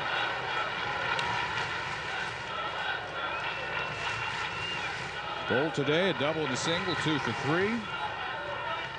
All-time leader in hits for Nebraska baseball. Pops this one up right on top of second base, and making the call is Meyer, the shortstop. It just amazes me that none of these guys are wearing glasses.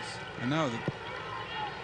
I was thinking the same thing, Harold. You know, and like I said, once the ball goes in the sun and stays in the sun, there are no glasses ever been made to help you with that. But it certainly cuts down on the glare and allows you to look into the sun for when that ball, before it passes through the sun and when it comes out of there. Now, I can understand it at 5 or 6 o'clock and it's still light out, but in the middle of the day, the sun is in the middle of the field. That's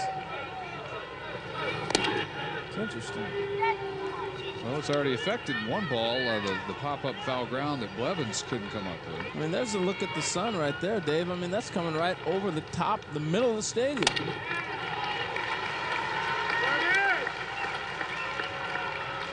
Well, we're better equipped up here. We got 2 changes of sunglasses. Exactly. I mean, none of them have them on.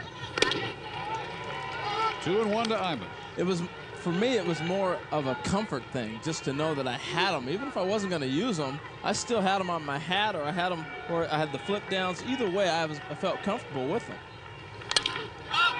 Another pop-up. Fighting the sun is Busher, just in fair territory. Nice job by John Wesley, guy who was injured most of the year, but came on with a big save versus LSU at the SEC tournament in the College World Series clinching win versus Miami. Yeah, he's a big young man, and we talked to Harold between innings about the strength and size factor of Major League players, and even you take a look at a guy like Drew Meyer and Kalia Green, how strong they are through their legs, and the durability that allows over the course of a long season. Here's Simakaitis, the number 9 hitter. He's contributed with an RBI double and a run scored in the 4th. Last time up he walked. So Wesley's gotten 4 outs, counting Blevins thrown out, caught stealing to end the 6th. Strikeout, 2 pop-ups, and the caught stealing. So nothing out of the infield yet against John Wesley. You see him gripping the forkball there. What so many pitchers do, they grip the forkball from the get-go so they don't have to dig in the glove to get it and sometimes tip that pitch off. Otherwise, if you get that grip like a fastball and you go in your glove and have to dig, a lot of times you're going to tip that pitch off. Wow. Wow. Simakaitis. He had his head down. Acting like time had been called. 1-2. It's not like the pro game where they give them timeout at almost the drop of a hat. Here, if that pitcher's ready to hit and you're ready in the batter's box, they're not going to give it to you. I like that. Now Wesley at 2-2, called strike 3, struck out 2 of the 4 batters he's faced, and has really been a godsend for the South Carolina bullpen. We go to the 8th, tied at 7. Georgia Tech played in the College World Series.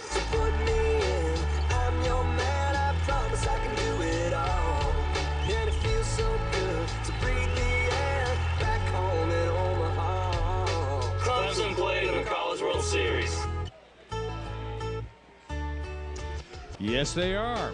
In fact, coming up 5:30 Eastern.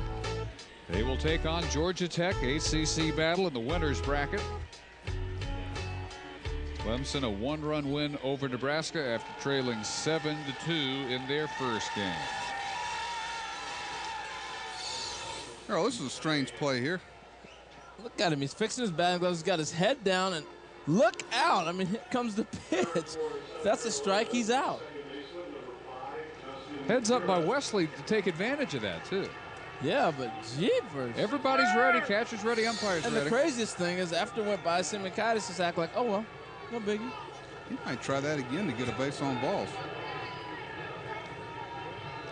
Now Justin Harris steps out, but he gets time. Harris with a bunt single in the first. RBI fielder's choice in the fourth.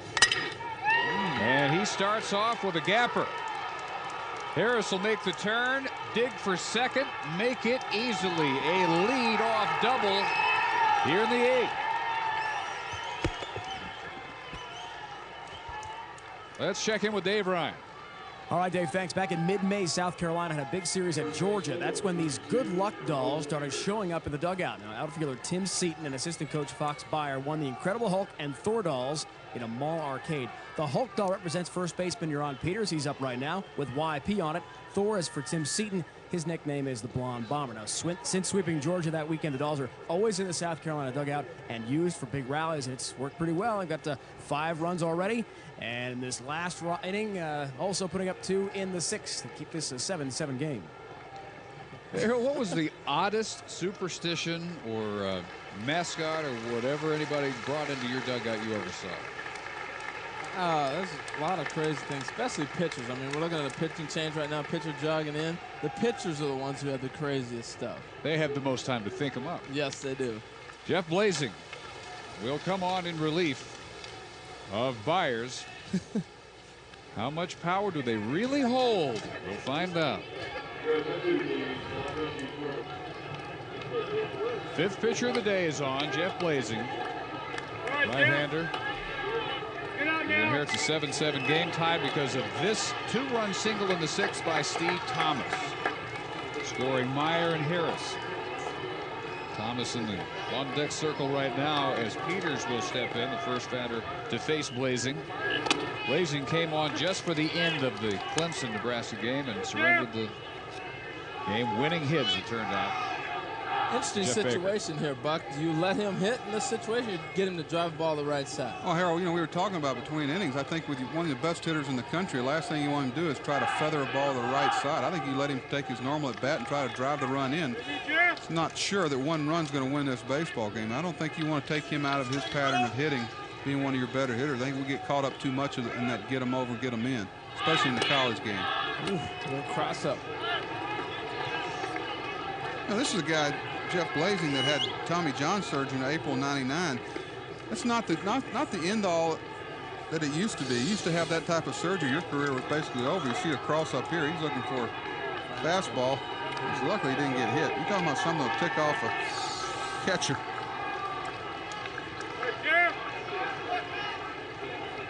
Tommy John surgery April '99, and he also didn't pitch in '98 because of an elbow problem. So Blazing, just a junior, missed a lot of time. He is one of only 2 players left over from the pre-Van Horn era. And again, Nebraska fans are wondering if the Van Horn era ends. They lose today with expected overture coming from Arkansas. Peters walks. 2 on with nobody out for Thomas. I want to go back to the arm injury thing, Dave, real quick. I haven't seen this type of injuries we see now. I've never seen before, and I think a lot of it has to do with the weightlifting. What do you think?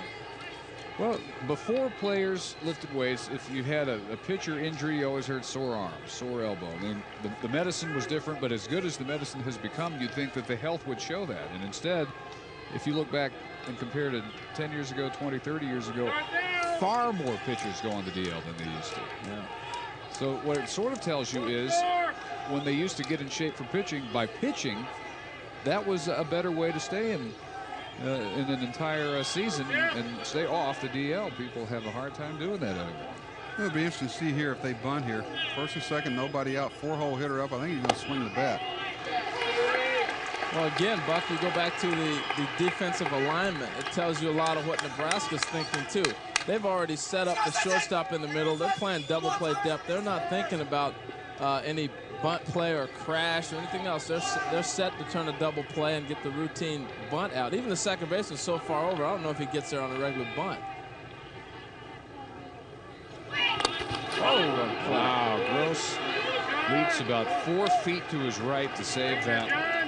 Yeah, usually you have to backhand that ball in order to make that play. He's able to put the glove in front of it. That's impressive there, Harold. That's a full layup. Great play. That would have served pretty as well as a sacrifice bunt. Nothing has gotten by Gross today. There have been plenty that could have. Blazing's 1-1. Ball and 2 strikes. Boy, Harris really changes the complexity of this offense for South Carolina. He does so many things. We've seen him get a couple hits today, but his speed in itself. Now you get another speed guy in the lineup, and he's got them thinking now. He's still in this situation. I'm watching him get a little more lead at second. He just puts a little more pressure on the defense. Well, you see both coaches in the coaching boxes have stopwatches in their back pocket. They know how quick these guys are to the plate. They add it together, and they have a pretty good idea whether a guy can steal a base or not long before the steal sign's given from the dugout from Coach Tanner. They relay that information. They're keeping charts on it. They have an idea of where the possibilities lie. Another one out of play. Still 1-2. Blazing bringing it now in the low 90s.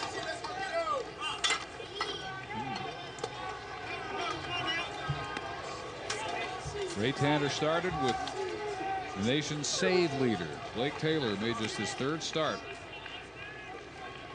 Passed it 2 1/3. He's used 5, and now Van Horn has used 5. Use them all today. Nothing to save them for if you lose. You knew it was going to be a long day for South Carolina when your closer starts a ball game. You know he's not going to give you more than 3 or 4 innings. Well, he had one start where he gave him 156 pitches, and they were hoping for another. Just like that. The closer. That's another issue, Harold, that I've come to grips with. You know, so many people in the pro game have a tendency to criticize the college coaches about the number of pitches that they let college pitchers throw, but they haven't walked a mile in their shoes. You know, they're not here as a minor league feeder program for the major league teams. To center field, Lizzie backing up. And the runner from second, Harris, easily making third. First and third with 1 out for Busher.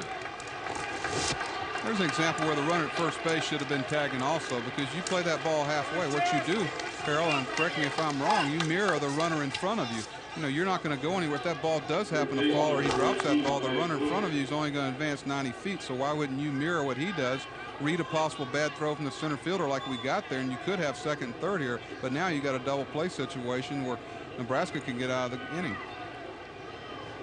Van Horn back out and ready to go to his bullpen yet another time.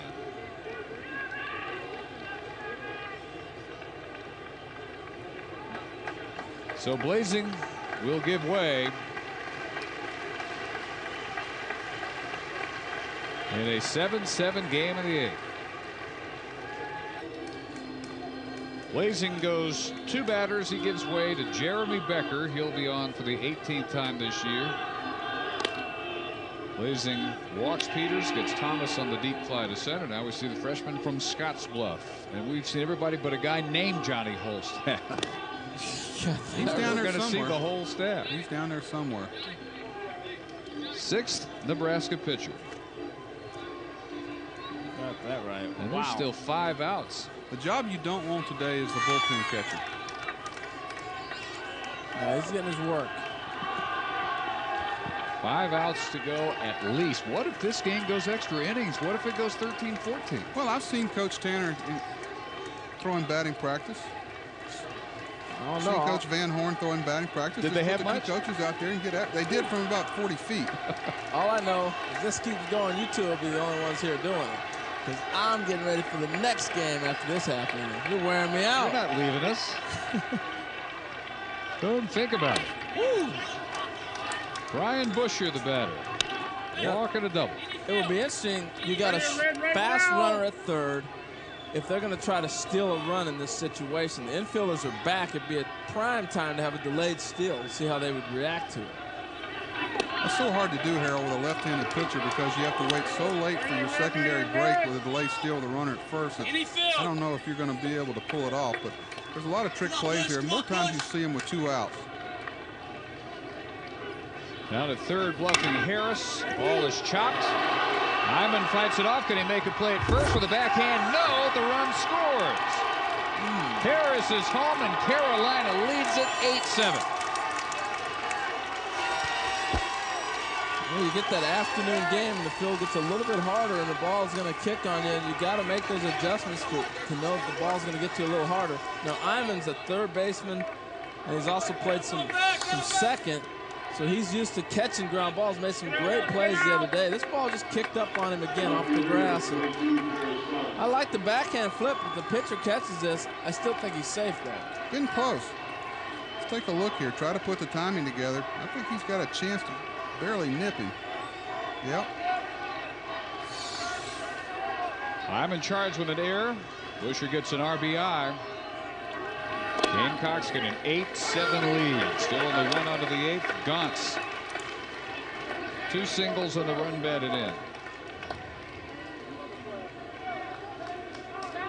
Everything from Nebraska has ended badly by 1. Cal State, Fullerton, Tulane last year. Clemson Friday find themselves again behind by 1. And they have had leads. That's not been the issue. Game 1, they were up 4-0. 7-2, 8-6. Couldn't hold any of them. Today they've been up 4-0 and 7-5. And those didn't last either.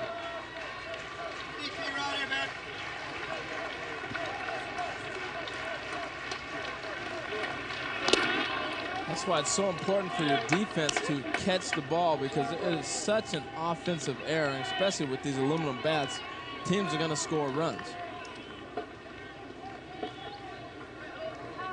This with 24,000 in the stands, many of whom have camped out overnight to get these tickets.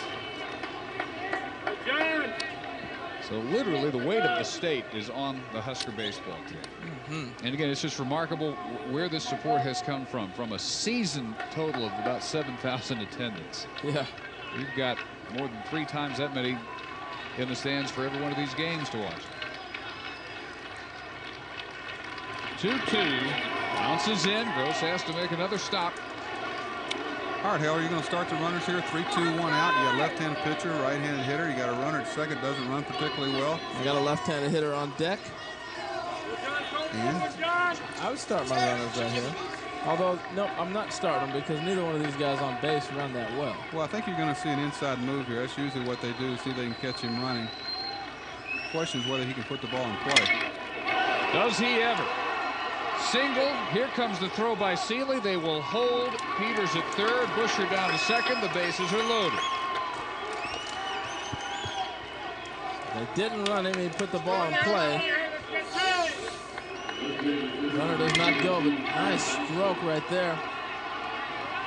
And your timing for a third base coach there is just rule of thumb that if the fielder is catching the ball before the runner hits third base, you usually hold him up. If he's past the bag, you send him. The real decision, tough decision, is when left fielder's catching the baseball at the same time he's hitting the bag there. That's when you got to take a lot of other things into consideration. Loaded up for the DH, Trey Dyson. He takes a strike. Dyson 2 for 4, a run scored, and a run batted in.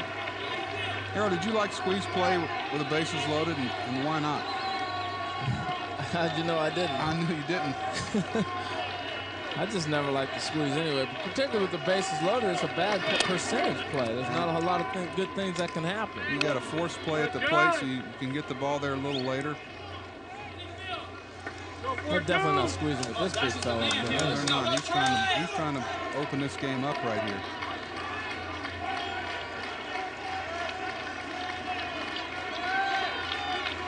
Dyson's bunted once all year. 2-1. was a big pitch right there, because if he can get him down to a 1-2 count, now you can go with the breaking pitch and different things, or a fastball in. Now he's sitting on a pitch. He knows he's got to come to him. Bases loaded, 1 out. Got to throw him a strike. I got to throw him another breaking ball here, Harold. He's coming with a fastball. Gets the corner with it, too. Now, it should be easier, you'd think, to hit with the bases loaded because the pitcher can't afford a walk. Did you find it that way? Yeah, I did. It's a lot easier to make contact, but sometimes when they bring the infield in on you, it shrinks your perception, and all of a sudden you start trying to force things to happen. Loaded with 1 out, the 2-2 pitch. Pop weakly, left field. Seeley makes the catch, and they hold Peters at third. What a huge second out. Decker gets Dyson. They are still loaded. That's what was so important about throwing that strike, to make the count 2-2 as opposed to 3-1. Now he's a little bit late on that fastball. He got a good pitch, just wasn't ready and able to drive it. So up to Landon Powell to try and add to this Gamecock lead. Singleton scored to greet Aaron Marsden way back in the 4th. Walk into sacrifice. Keep in mind, too, that the Nebraska Cornhuskers have the top of the order, I believe, Dave, coming up in the bottom of the 8th inning. If they can get out of this inning here, you'll hear this place get a pretty emotional rush here. Runners in scoring position today. Carolina 6 for 18. Grounded to the shortstop, Simakaitis. They leave the bases loaded, but they get the lead run here in the top of the 8th. 8-7 South Carolina, but we will see the top of the order in Lizzie, Bruce, and Morris.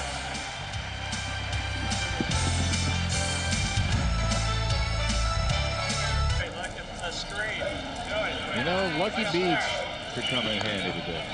If you've got any sort of rabbit's foot talisman, you bring it out now, because you're down 8-7. You're down to your last 6 outs. And you got a pretty formidable reliever out there, John Wesley. What a job he's done coming in here. I don't think you're going to see South Carolina ride him until something else happens. They've been looking for a hot pitcher all day, and so far he's been it. Wesley came in the 6th, greeted Gross by striking him out with the 1-2-3-7, struck out Simakaitis, and now he will get the top of the order. Beginning with Jeff Lizzie, first team all Big 12 center fielder who singled and scored in the 3rd. And you see South Carolina here playing the lines late in the game with a 1-run lead. Don't want to give up that double down the line. First baseman, third baseman, playing both lines.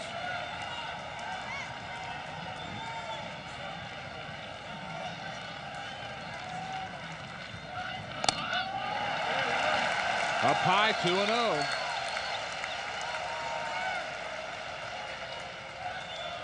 Get Lizzie on, you have an almost certain stolen base if they send him. 25 out of 27 this year. They want to go that way. 2-1. Bruce on deck has a 2-run homer today. 3-1. And you've also got to deal with Morris, the Big 12 Player of the Year.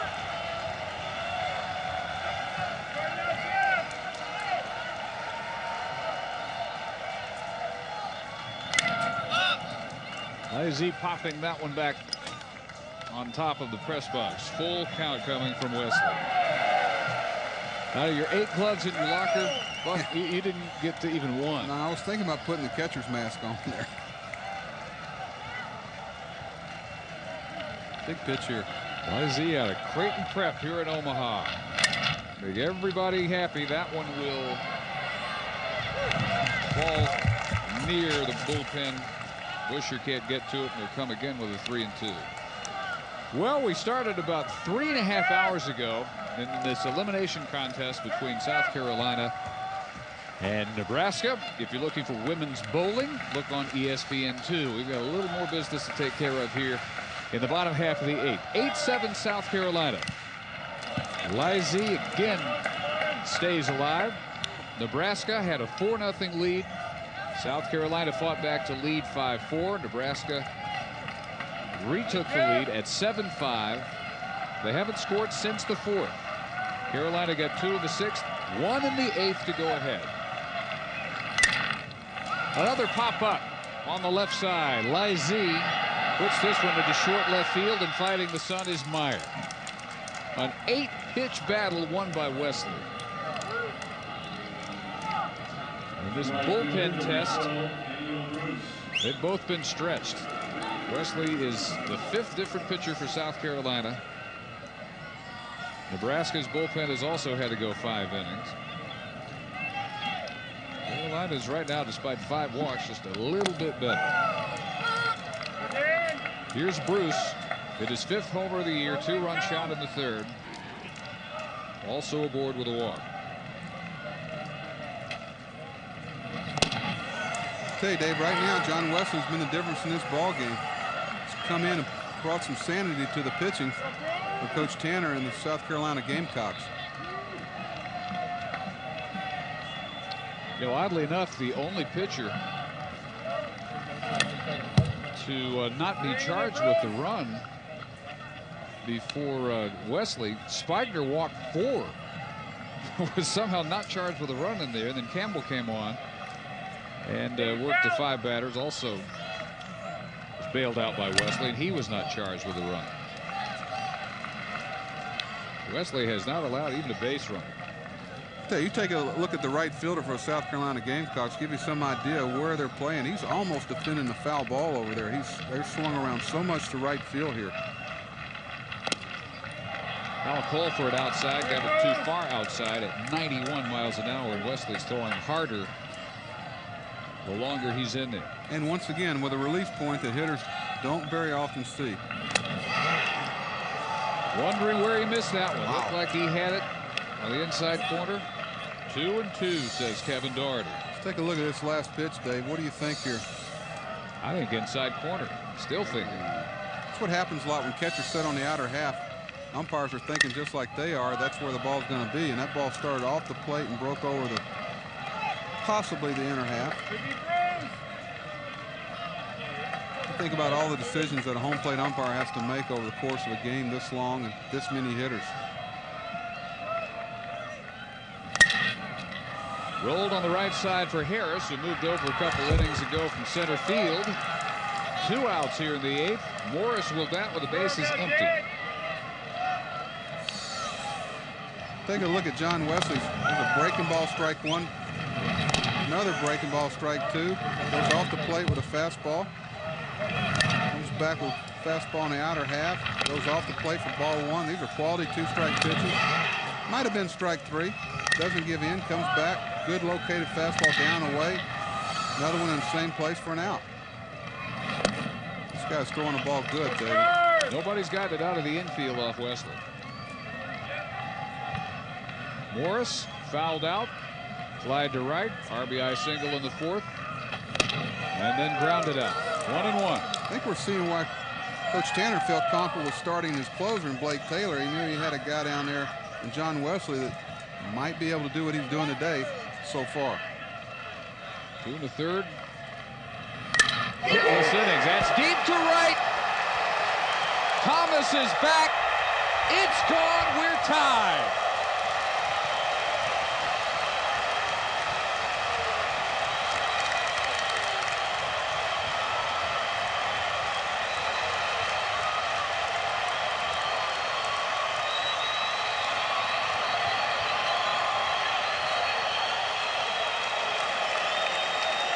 Right at this moment, there is no greater hero in the state of Nebraska than Jed Morris.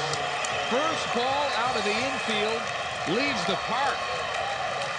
The fastball he's trying to go down away with, ran back over the middle of the plate, and that's a no-doubter. You know, walking around some yesterday while Nebraska was playing, it seemed like every radio around this town was tuned into this baseball game. It reminds me of growing up and trying to listen to Milo Hamilton and the Braves underneath the sheets late at night. Strike one to Blevins, who's already been heroic with a home run of his own. That is number 23 of the year for Morris, the Big 12 Player of the Year. Also has a Nebraska single season record tied with his 90th run batted in. Well, you had to figure at some point having top hitters up in that inning, somebody was going to put a ball in, play hard. Certainly Morris did. That was a long home run. He'll get another ground ball to get out of the inning, but a batter too late. Nebraska down to its final 4 outs until Jed Morris sends one way out to right field. 8-8 as we head to the ninth.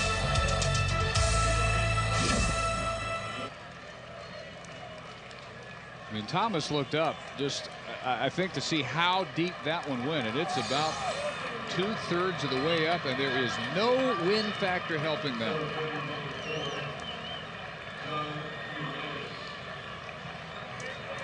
So a completely different buzz of electricity greets the ninth inning now. And John Kutlangus, who came on defensively in the 7th, hitting in the number 9 spot. And then they get the top of their order in Meyer and Harris.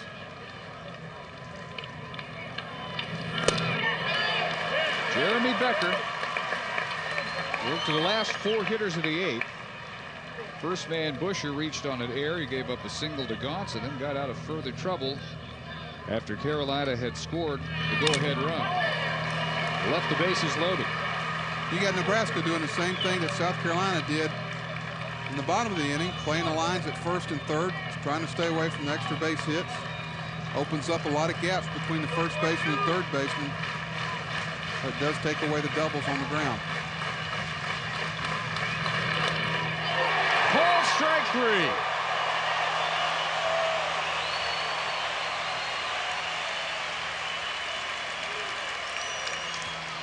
Well, here's a little bit of a Laredo drop down breaking ball.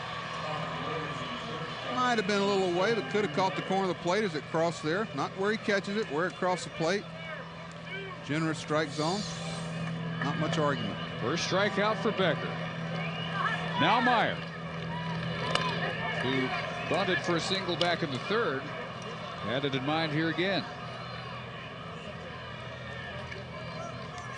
Reason left-handed hitters like that so much, the left-handed pitcher falls to the third base side. It's tough for him to get over and make a play on this ball. South Carolina has up its school record holder for hits in the season with 115 and counting. All SEC shortstop and the highest draft pick in the history of the school. Couldn't ask for much more. Not a guy you want to put on base. Nobody, obviously, at this time of the game, but a guy who can steal a base. Don't want to. Got some good hitters behind him with the top of the order. You might see him take 2 strikes here. Takes 1.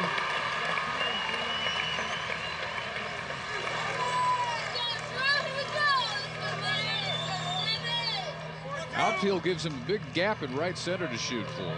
Playing him to go the other way. And ball 4. The 22nd base runner for South Carolina in this game. Goodness. So a 1-out walk, and now Justin Harris. Harris, who had to sit and watch his team go down 11-0 to Georgia Tech, serving his 1-game suspension. I thought Coach Tanner handled that real well. Didn't jump to conclusions, didn't make a knee-jerk reaction. Stepped back, took in all the facts, and handled it very professionally. He squares and bunts it foul. And again, the story, Harris, a week ago after the victory in the Super Regional over Miami to get South Carolina here, charged with disorderly conduct, scored the final run of that game when they had the 5 runs in the top of the 9th. So South Carolina is here because they showed they can play in the 9th inning. Well, Coach Tanner showing the confidence he has in Aaron Peters or Steve Thomas. They may walk him. Tried to bunt him over there with 1 out. A little unconventional, but depending on who you got on deck and the confidence you have there. Love to see Peters or Thomas have a chance to drive in that run from second base.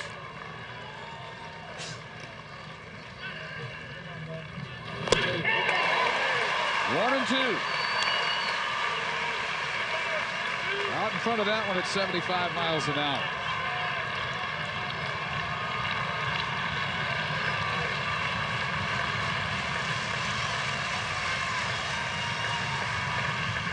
Remember, Meyer has 37 stolen bases, almost half the team total for the Gamecocks.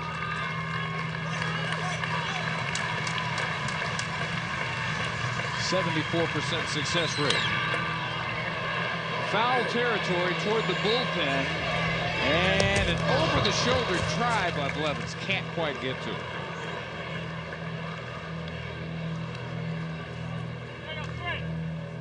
Is he okay?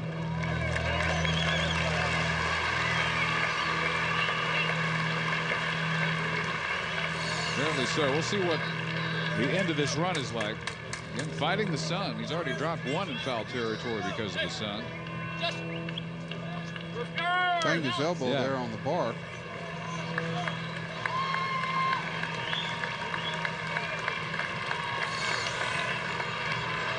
He'll shake it off. No way you're getting him out of this game. 1-2 coming to Harris. Meyer takes his lead.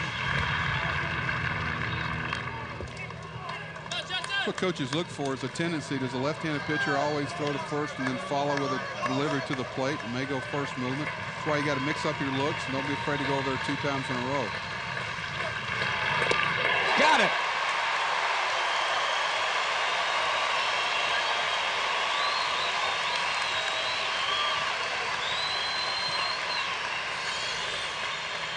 That's a changeup. Pull the string on him. Now we got a great matchup here. One of the top hitters in the country against a left-handed pitcher with the game on the line. Good runner at first base. This will be a lot of fun to watch. This is the type of matchup you wait on. Sure will. We saw the Big 12 Player of the Year tie it with a homer. Here's the SEC Player of the Year, who, believe it or not, is the only South Carolina starter today without a hit. He's walked 3 times, reached on an error, fly to center.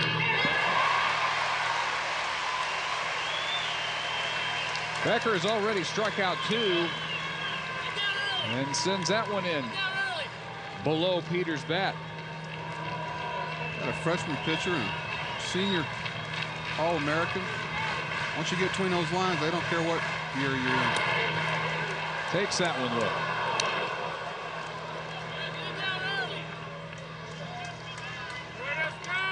Just like way back, almost on the track. Yeah, just like the infielders defending an extra base hit down the line, outfielders are thinking the same thing. Anything that goes over their head is going to be in the seats. Peters has already graduated. He's the man that began that 9th inning rally against Miami with a leadoff double. You can keep this rally going. That is just foul. And Becker will again come 1-2. Good job there by Brandon Iman. Peters not running full tilt out of the box, and that ball hits off the end of the bat and starts spinning. It can spin back fair. Let that ball continue on down the line. See if you can get a cheap out there. Ray Tanner says Jerome Peters is the first man we have in the weight room and the last to leave. Says he makes you glad you're in the coaching profession. A throwback. All about determination. I think just about everybody in this ballpark's on their feet.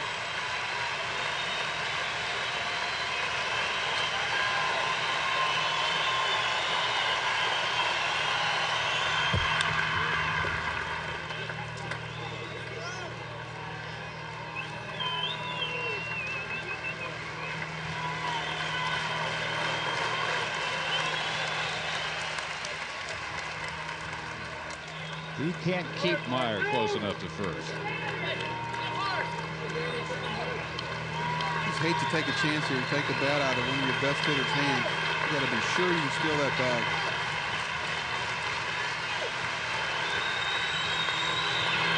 One-two bounces in. There goes Meyer. No chance for a throw from Gross. He's in scoring position.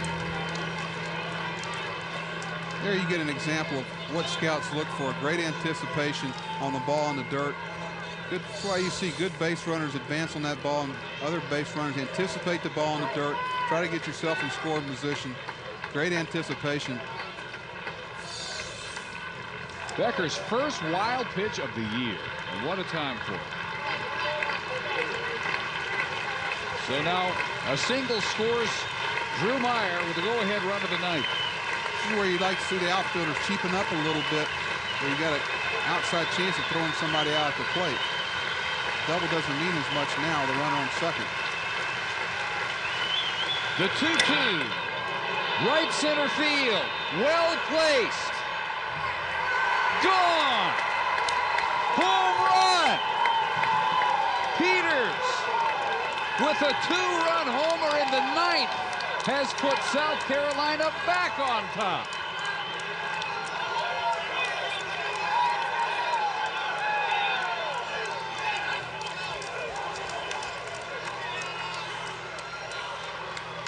Nebraska fans in utter disbelief. It's like you pull the air out of this stadium. Not wind aided, almost a little against the wind. Ball out over the plate. Wasn't sure if he got it at all. Got all of it. Felt like it was going to score the runner from second. Just a matter of whether it was going to get out of the ballpark or not.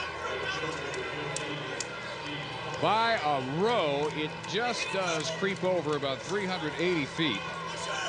And the Gamecocks know at least they take a 9-8 lead, and then in total joy, they race out to greet Peters after his 29th homer of the year. Now Steve Thomas. 10-8 South Carolina. How many times can they come back? How many times can it keep happening in Nebraska here in Omaha? And how quiet can 24,000 people be? There's been so many emotional ebb and flows of this game. Just makes you wonder how much a young team can take.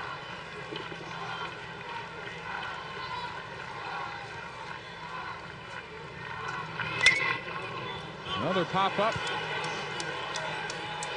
Hyman or Bolt. It's Will Bolt. And Nebraska will need at least 2 in what may be their last at-bat of another sweep in their second College World Series appearance. Seeley, Gross, and Bolt will hit.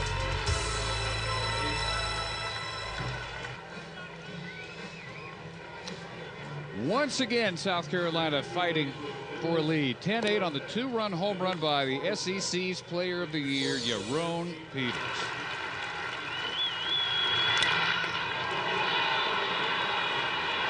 And you knew he had at least an extra base hit. The only question was how far would it carry?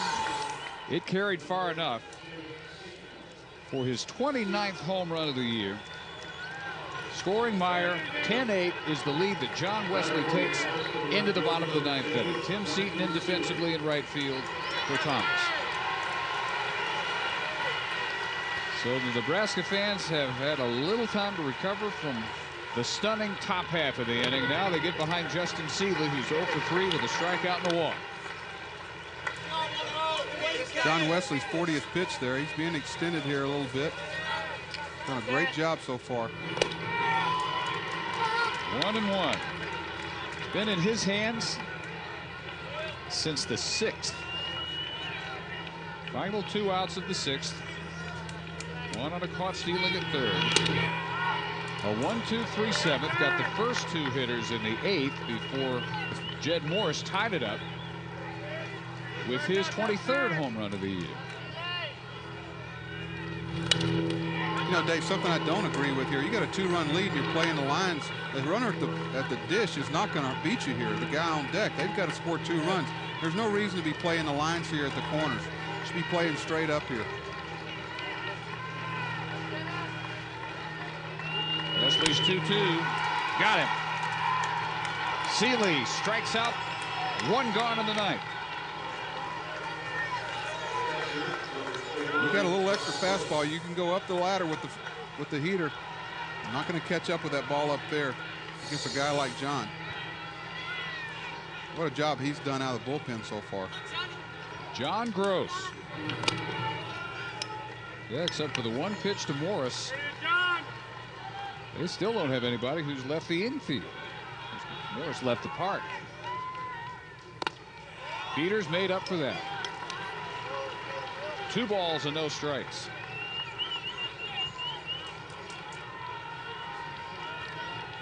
They're hoping they still get some business out there. 3-0. They get Gross on Will Bolt, who has a double and a single. Will hit with a runner on and one out. 3-0 pitch. Strike at the belt. Well, Kevin Daugherty can draw out those strike calls. Oh, that ball's right down the middle. Umpires don't like that. I don't know where he thought this ball was. Maybe he thought it might have been a little up. The ball's right at the top of the strike zone. 3-2. I'm surprised he swung at a 3-1 pitch there. His run doesn't. He's got to get on first base before that. Bring the tying run to the plate. I thought he might be taken there.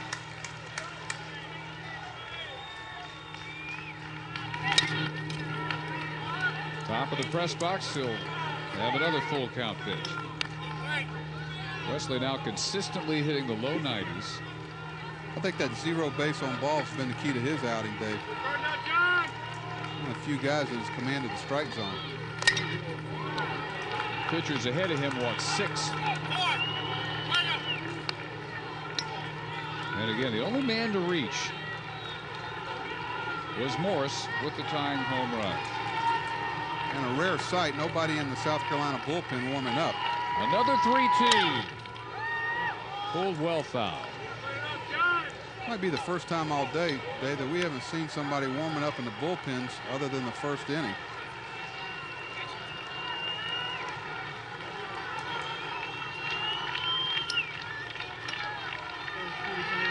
Almost 4 hours ago, Blake Taylor started for South Carolina, 2 1/3. Then Marchbanks, Spikner, Campbell, now Wesley with another 3-2 pitch. That's headed to the gap in left center field and in there. A 1-out single by Gross, and the tying run will come to the plate. Gross ends a 9-pitch mano-a-mano struggle against Wesley.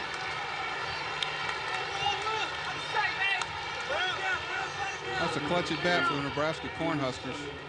Still in this thing. They've got the tying run to the dish here and Bolt. They have their all-time record holder for hits. 2 home runs on the year. Slashes the first pitch foul. Will Bolt, 2 homers, 29 driven in. He replaced Darren Erstad as the Huskers' career hits leader. Holder of 6 other school records. South Carolina going to play behind the runner at first base here. Concede second base if he wants to steal it. They're more in tune with this hitter. That's the guy they got to get. 1-1. Not a great deal of speed down there, and the catcher Gross at first. Great deal of prayers are being said right at the moment, though. 2-1.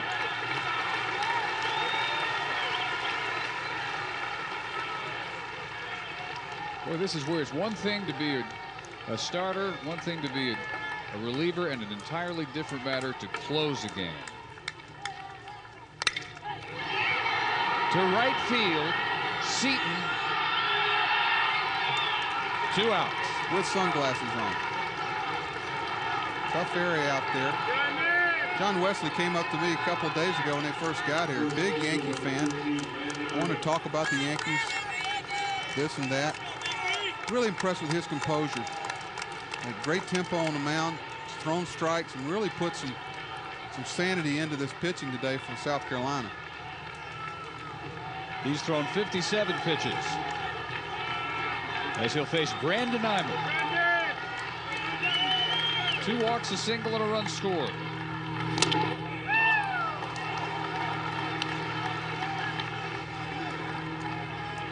Guy that would normally be in this situation for Carolina started today. The nation's saves leader, Blake Taylor. Wesley trying to finish this out and falls behind in the count 2-0 to Iman.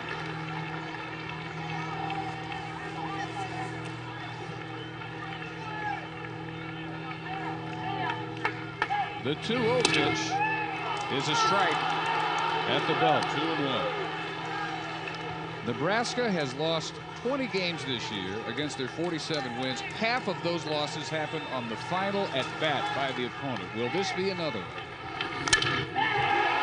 Right field hit pretty well. Seaton on the track has it, and South Carolina lives, and Nebraska is again 2-out in Omaha. What a job by John Wesley. Key to the ball game for me. 2-run homer by Peters certainly was a big shot for him, but what a job by John Wesley. Gave up a home run to tie the game up, didn't even phase. He came out and got 3 big outs in a hostile environment. Nice job.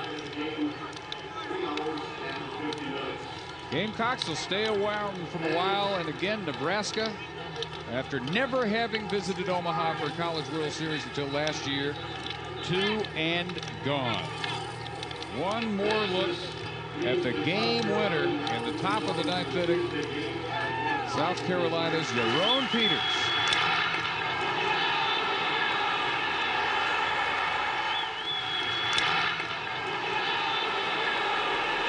Got it up, carried finally left in right center field. His 29th homer of the year. Spelled victory for the Gamecocks, 10-8. They eliminate another heartbroken Nebraska Cornhusker team. Maybe for the final time with Dave Van Horn as their head coach. Don't forget, more College World Series this afternoon on ESPN2. Georgia Tech and Clemson. This has been a presentation of ESPN, the worldwide leader in sports. For more, log on to ESPN.com. For Buck Showalter, Dave Ryan, Harold Reynolds, and our entire ESPN crew, Dave Barnett, so long for now from Omaha. South Carolina wins it.